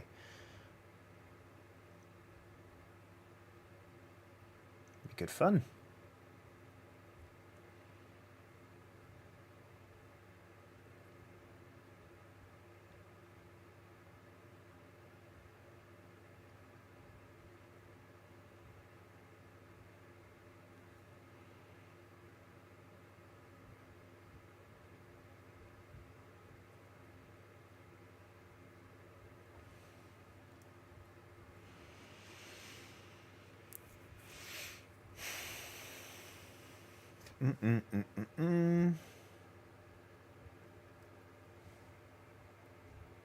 Oh, shit.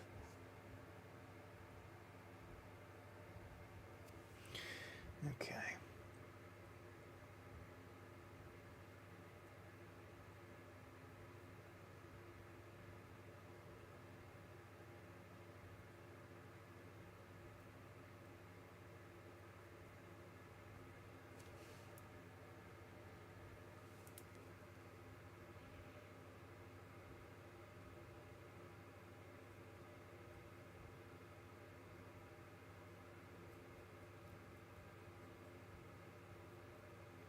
Neat. All right. So,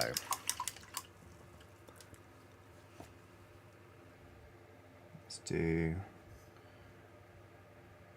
a tiny bit more on that yellow. Just one thin coat more.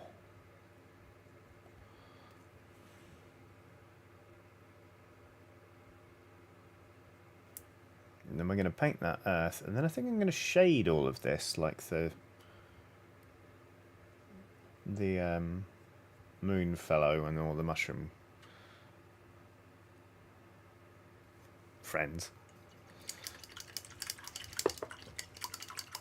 Silver Comet says, "How goes the wood to look like wood painting? Have you elected leaders for both of the tribes yet?" Oh no! Please don't stoke the flames of division any further. I feel bad enough as it is.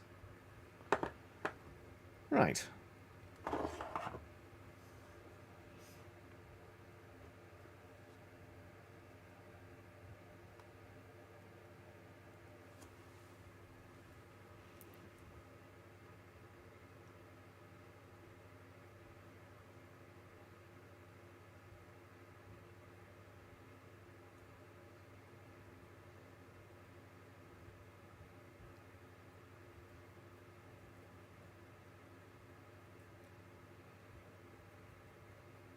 I'm going to need to redo the legs on the little spider git, but that's fine.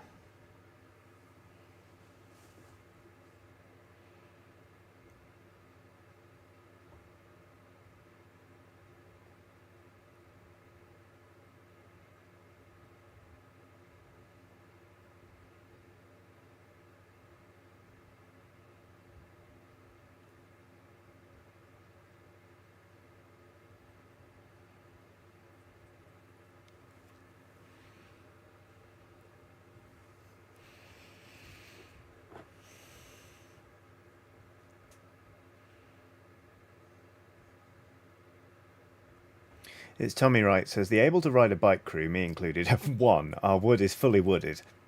Now to replace the paper on fans that got coffee spilled on them. Intricate painting details, here we come." Right, bloody hell. Well, congrats on the win. The unable to ride a bike crew, do not lose heart. You too will soon have finished painting wood to look like wood. I hope that the division between you is not too bitter and that it can all be mended once all is said and done. Much like those fans need to be mended because someone spilled coffee on them. Not saying who, just saying someone did it. Harvey Dammit is on a super chat saying, "Initiate earworm. When two tribes go to war, a point is all that you can score." I fucked that one up. When two tribes go to war, a point is all you can score. There you go.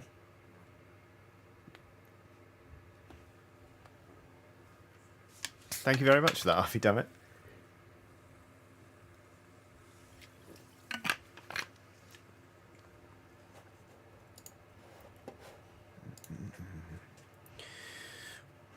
Right. Let's redo those little spider fellow legs.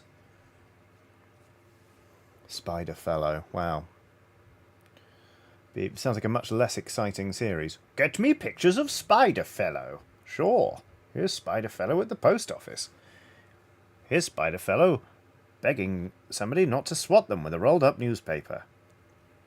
Here's Spider Fellow eating a fly. Just kidding, it's a lunch. Ploughman's lunch in the pub.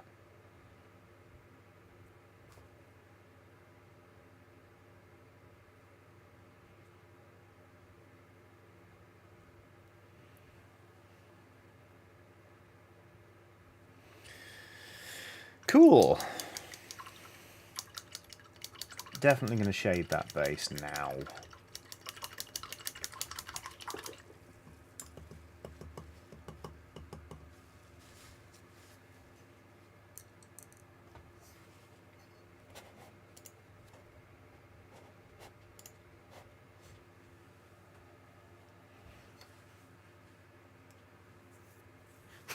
Brask says, "Spider Fellow webs away the ploughman's lunch."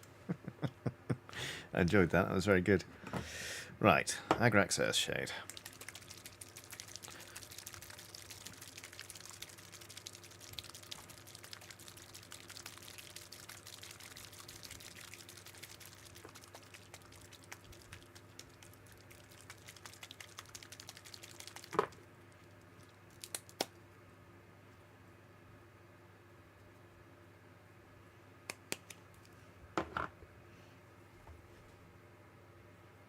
Oh god! Oh no! Oh god! Oh god!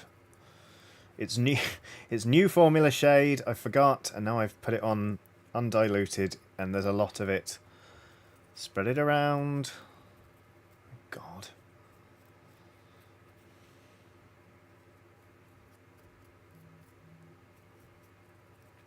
Oh, for fuck's sake. Oh, new shade. Dislike. Ah, flood it with water. Just get it off there. Flood it with water. Oh, Zega Genesis literally just said that, as did RV, damn it. Right. Thanks, everyone. Thank you for reminding me. Fucking new shades. When you notice the stripes, dirt in your frames. Okay, that actually... Now I've just sort of bunged a load of water on it. Doesn't look awful. Fuck's sake. Ugh, new shades. Why did they do it? And I know, I understand. Oh, no, why did they do it? Fuck. Ugh.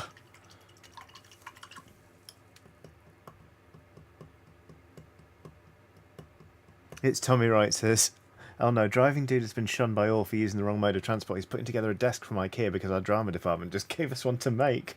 Wow, it's like Lord of the Flies over there. Fucking hell. Whoever has the papier-mâché conch gets to speak.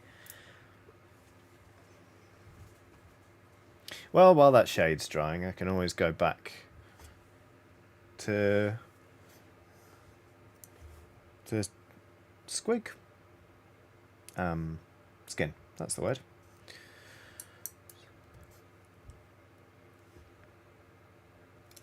Right. God.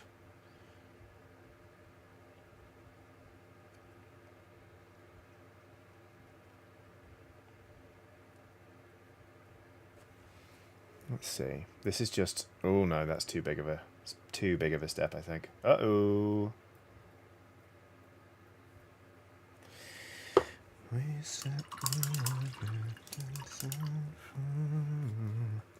if I use a glaze medium.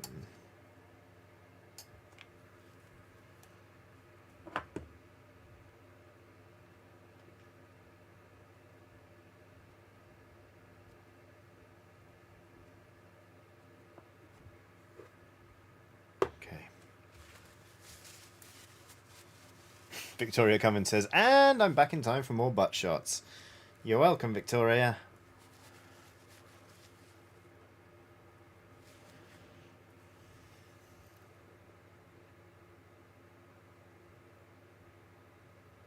Is that disastrous?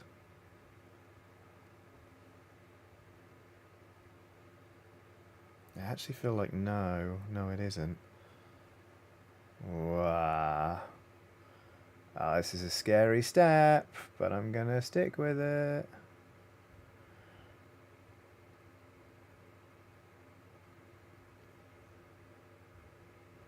Because I wanted albino squig, and what I've got at the minute is purple grey squig, so let's just be brave. Yeah, that'll work.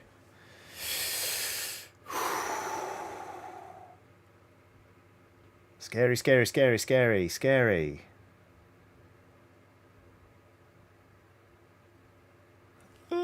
Scary.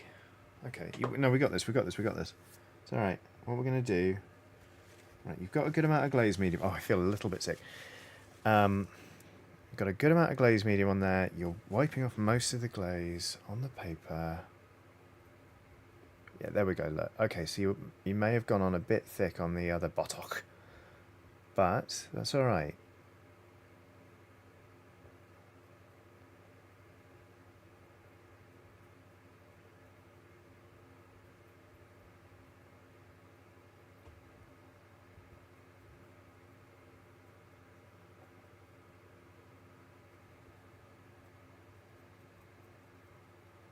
Hee hee hee. Little white bum. Oh, behave, everyone talking about thick and bum. I was talking about the paint. Honestly. Not as bad as each other.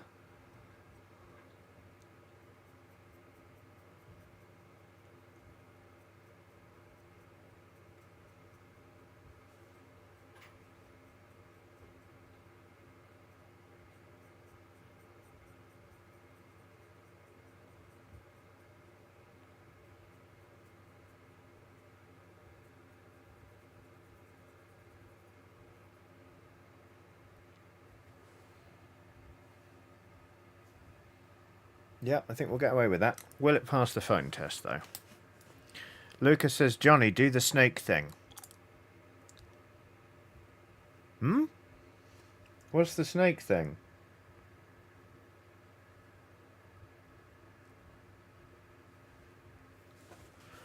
The snake thing?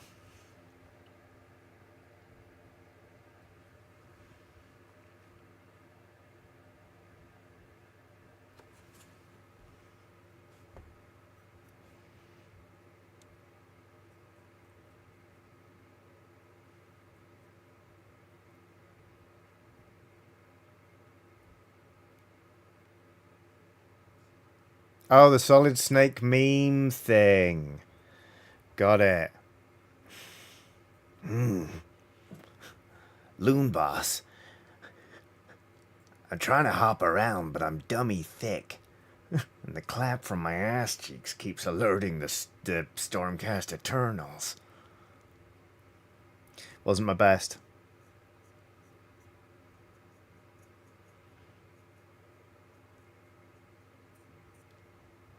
But we got there.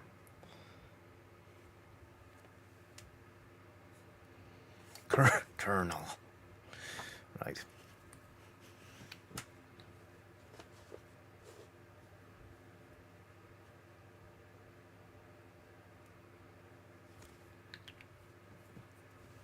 Dum. Silver Comet says, what the fuck, has Solid turned into a New Yorker? I can't do American accents. Eto Brinker says, would love to stay longer, but my fever says otherwise. Have a great, nice rest of the day, LSPs. Take care, Eto. I really hope the fever subsides soon, and that you end up feeling a lot better very, very soon. Have I just punched a hole straight through the... Yes, I have. Oh, that was useful. Just punched a hole. Wow. Straight through. Great. Straight through my wet palette. Tremendous.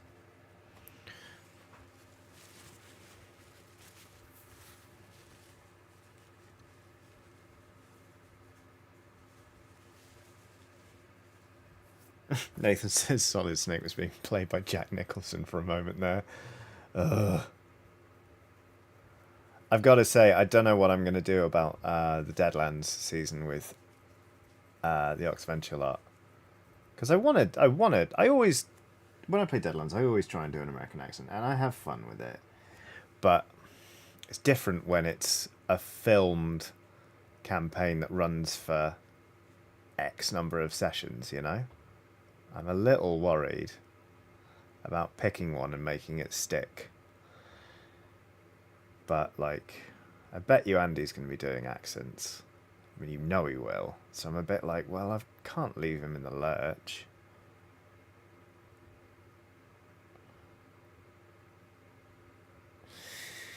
I'll see. I'll think about it.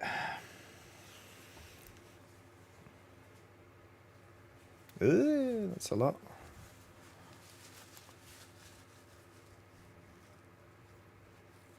Silver Comet says you could go for Irish instead. I'm sure no one from Eurogamer will be outraged.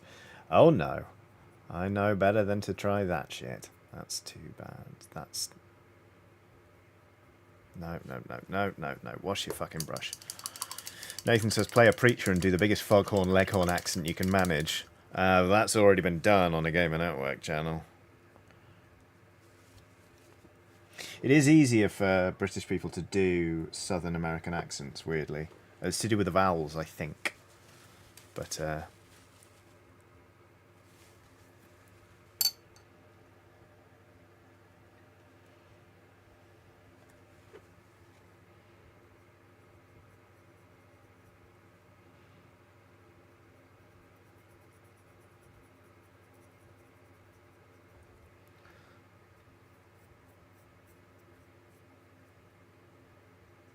Oh, this is a scary step in painting this model.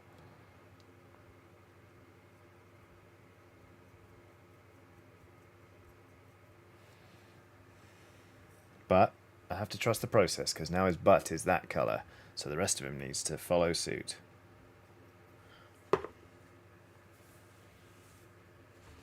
Rotten Luck says he could always be an uptight British prospector. Well, no, I already know what my character is. Obviously, I can't talk about it right now. But, it's locked in. I just need to find that character or voice. And that's the scary bit.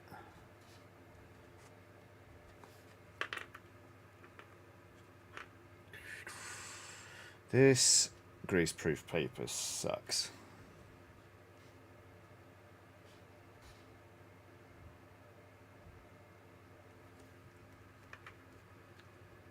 Coffee Cat says, embracing the chaos and willingly having a different accent every session is always an option. Haha. I mean... yeah, you're not wrong.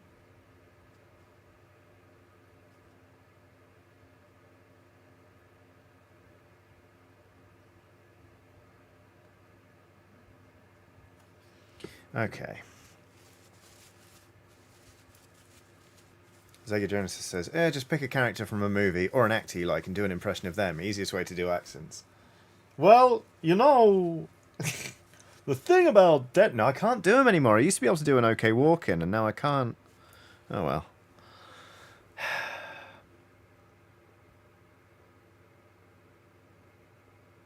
There we go. That's the brush control I needed. Okay. Right.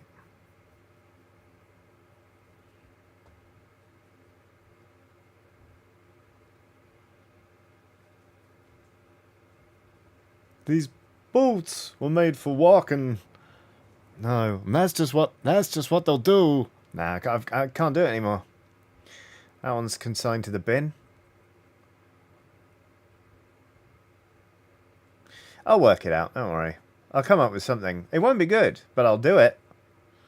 I can't wait for you all to see it.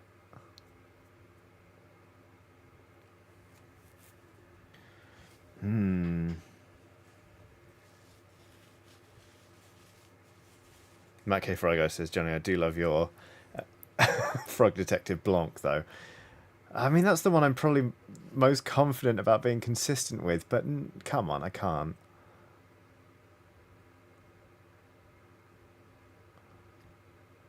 A frog who's also a detective.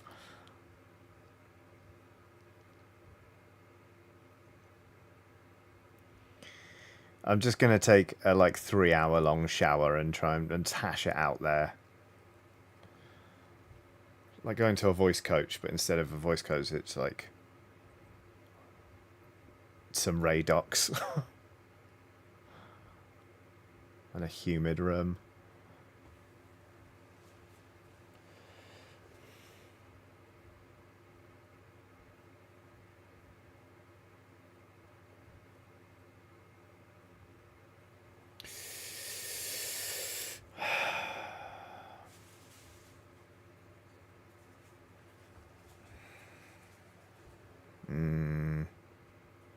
Not thrilled with the way this is going now.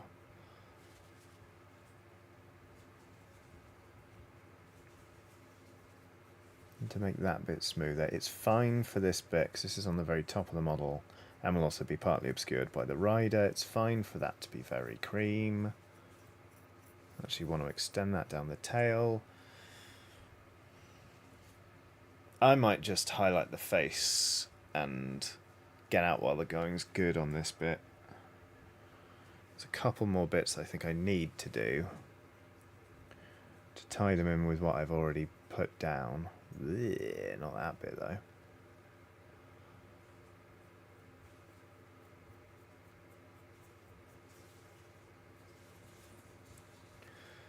Oh no, I've got some other pigment on its fucking knee.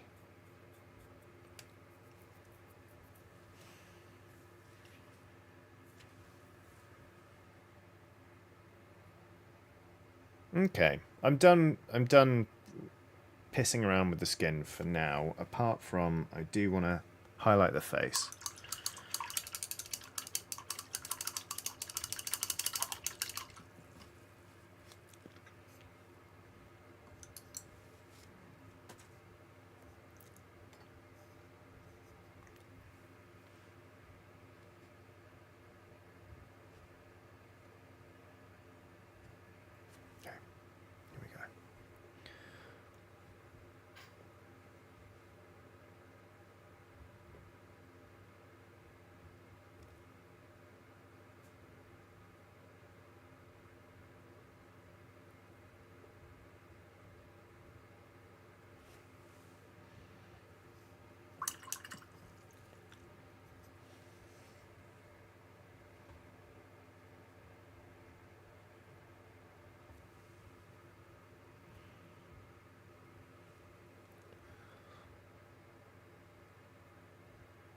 Blech. It's fine if it's not perfect, Johnny. This is a learning model. And in any case, wasn't I planning to do woad all over this? Yes, I was.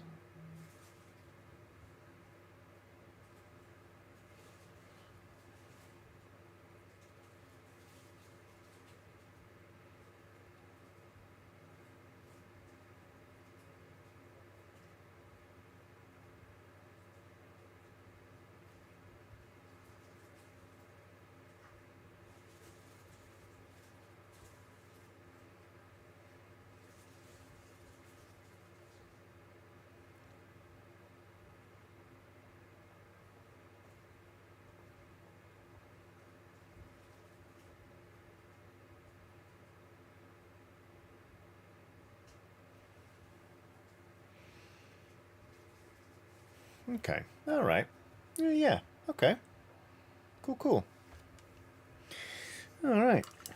Now I need to do something about these here teeth and horns.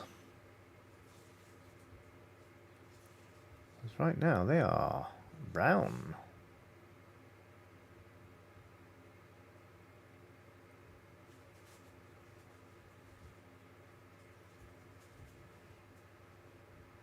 Okay.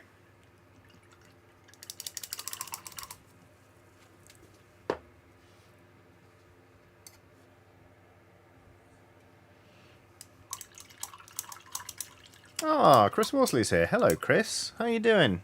I hope you're well. We are painting a giant cave squig. We haven't even touched the Loonboss yet.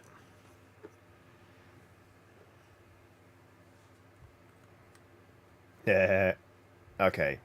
I think I'm going to feel a lot better about this model once I've done the teeth and the eyes. Because the tongue already makes it feel like better. Okay.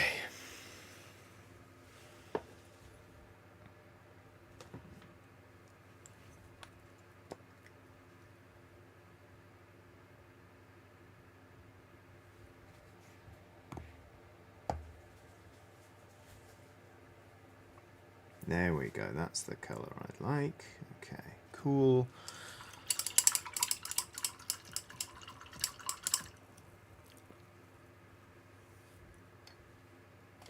I'm actually going to look up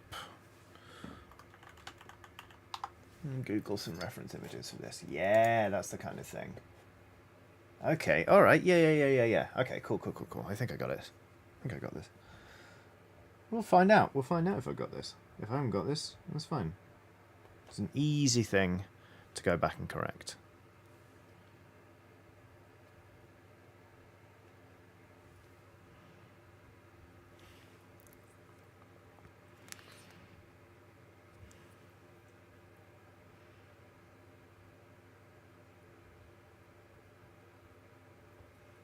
Mm-hmm.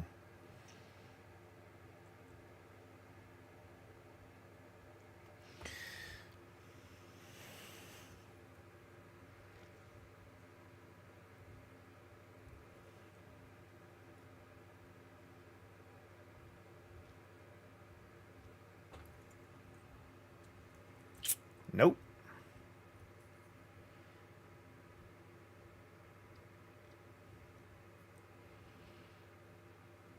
Let's try a different one and see what we get. Yeah, I haven't got the paint control. Hang on. Let's very quickly undo that.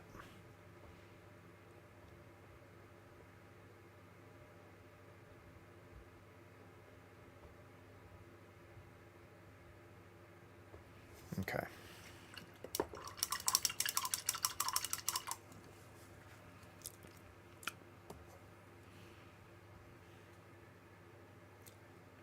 Well, that's an even finer brush tip. Let's use this. Okay. Ugh. But what we also need to do... Where's the glaze medium gone? Okay.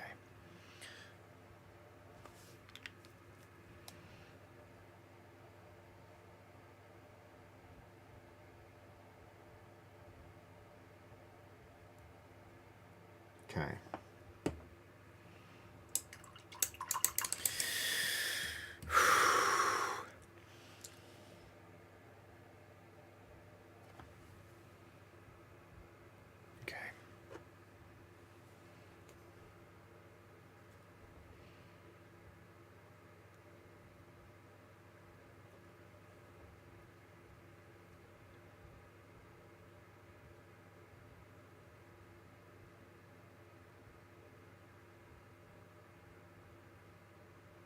Yeah, there we go. All right, that's kind of...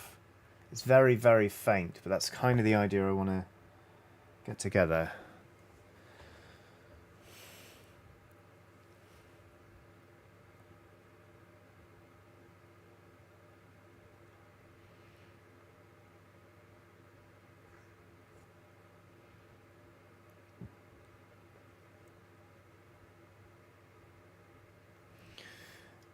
Oh, I'm not sure. Not sure.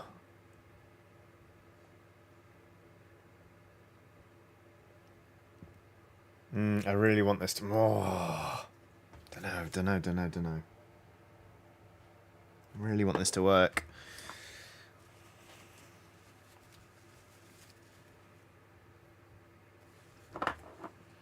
Let's try one of the... Let's try the horn. Let's try the horn. The horn's big. Horn is for practice.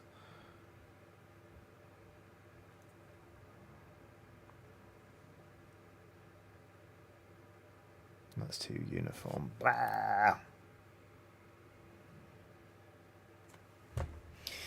I'm very close to chickening out on this.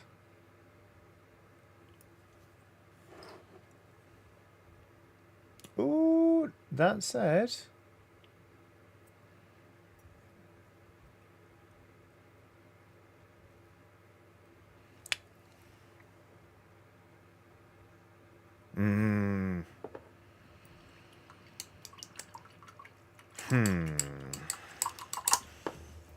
This is just drying out so quick.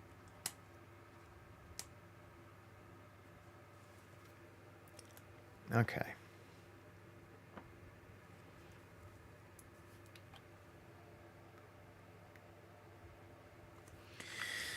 Let's try again. Just curious as to whether or not I can do this. Probably in the last 10 minutes of a 4-hour stream isn't the best time to try. But I saw somebody basically do squig teeth by painting them brown and then putting in some absolutely gorgeous like lines to make it seem like they were just really heavily coated in plaque. But that was literally a Golden Demon winning painter, so that person I am not. But I just want to see if I can get somewhere close. I shouldn't be mixing with this brush tip, but that's fine. Okay, alright, well that's not going to dry out anytime soon because that's a shitload of glaze I've just made. Okay.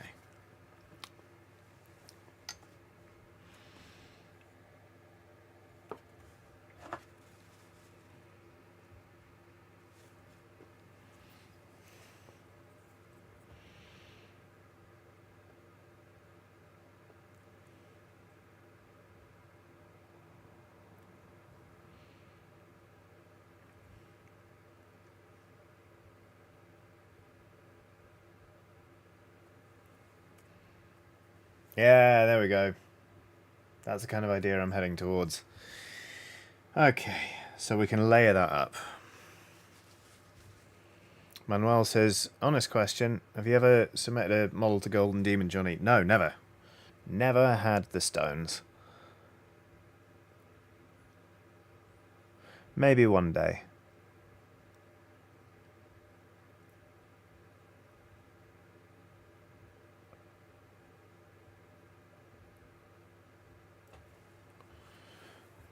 Yes, there we go.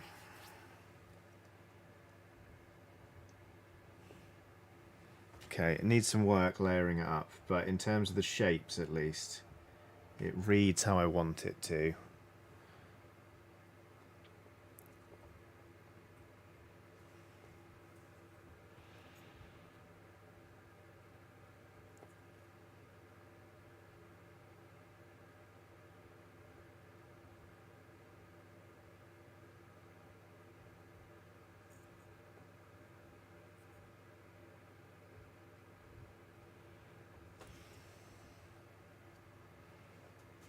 Cool. Oh. Yeah, this is going to take some touching up. I'm going to go back in with the brown, but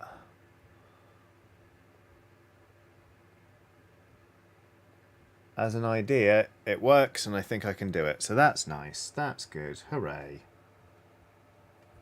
Hooray.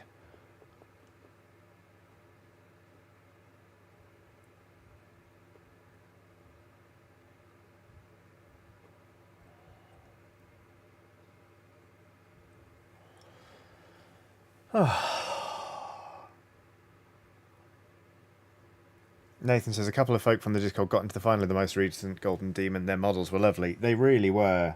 Jack and Ollie absolutely smashed it. It was really inspiring to see, actually.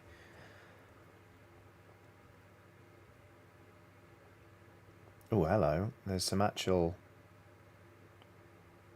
stuff for me to follow already on this model, and the sculpt. Great.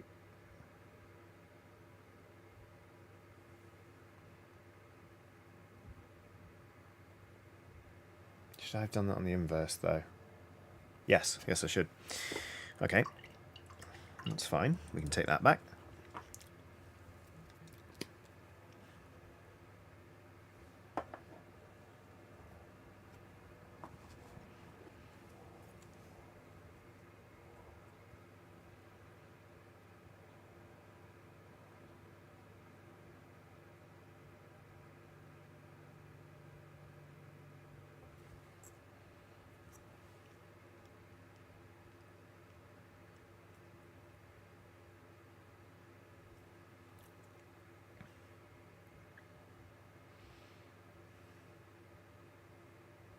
It looks very untidy right now, but the base idea is there.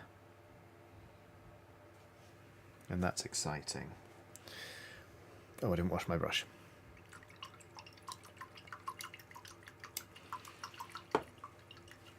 Okay.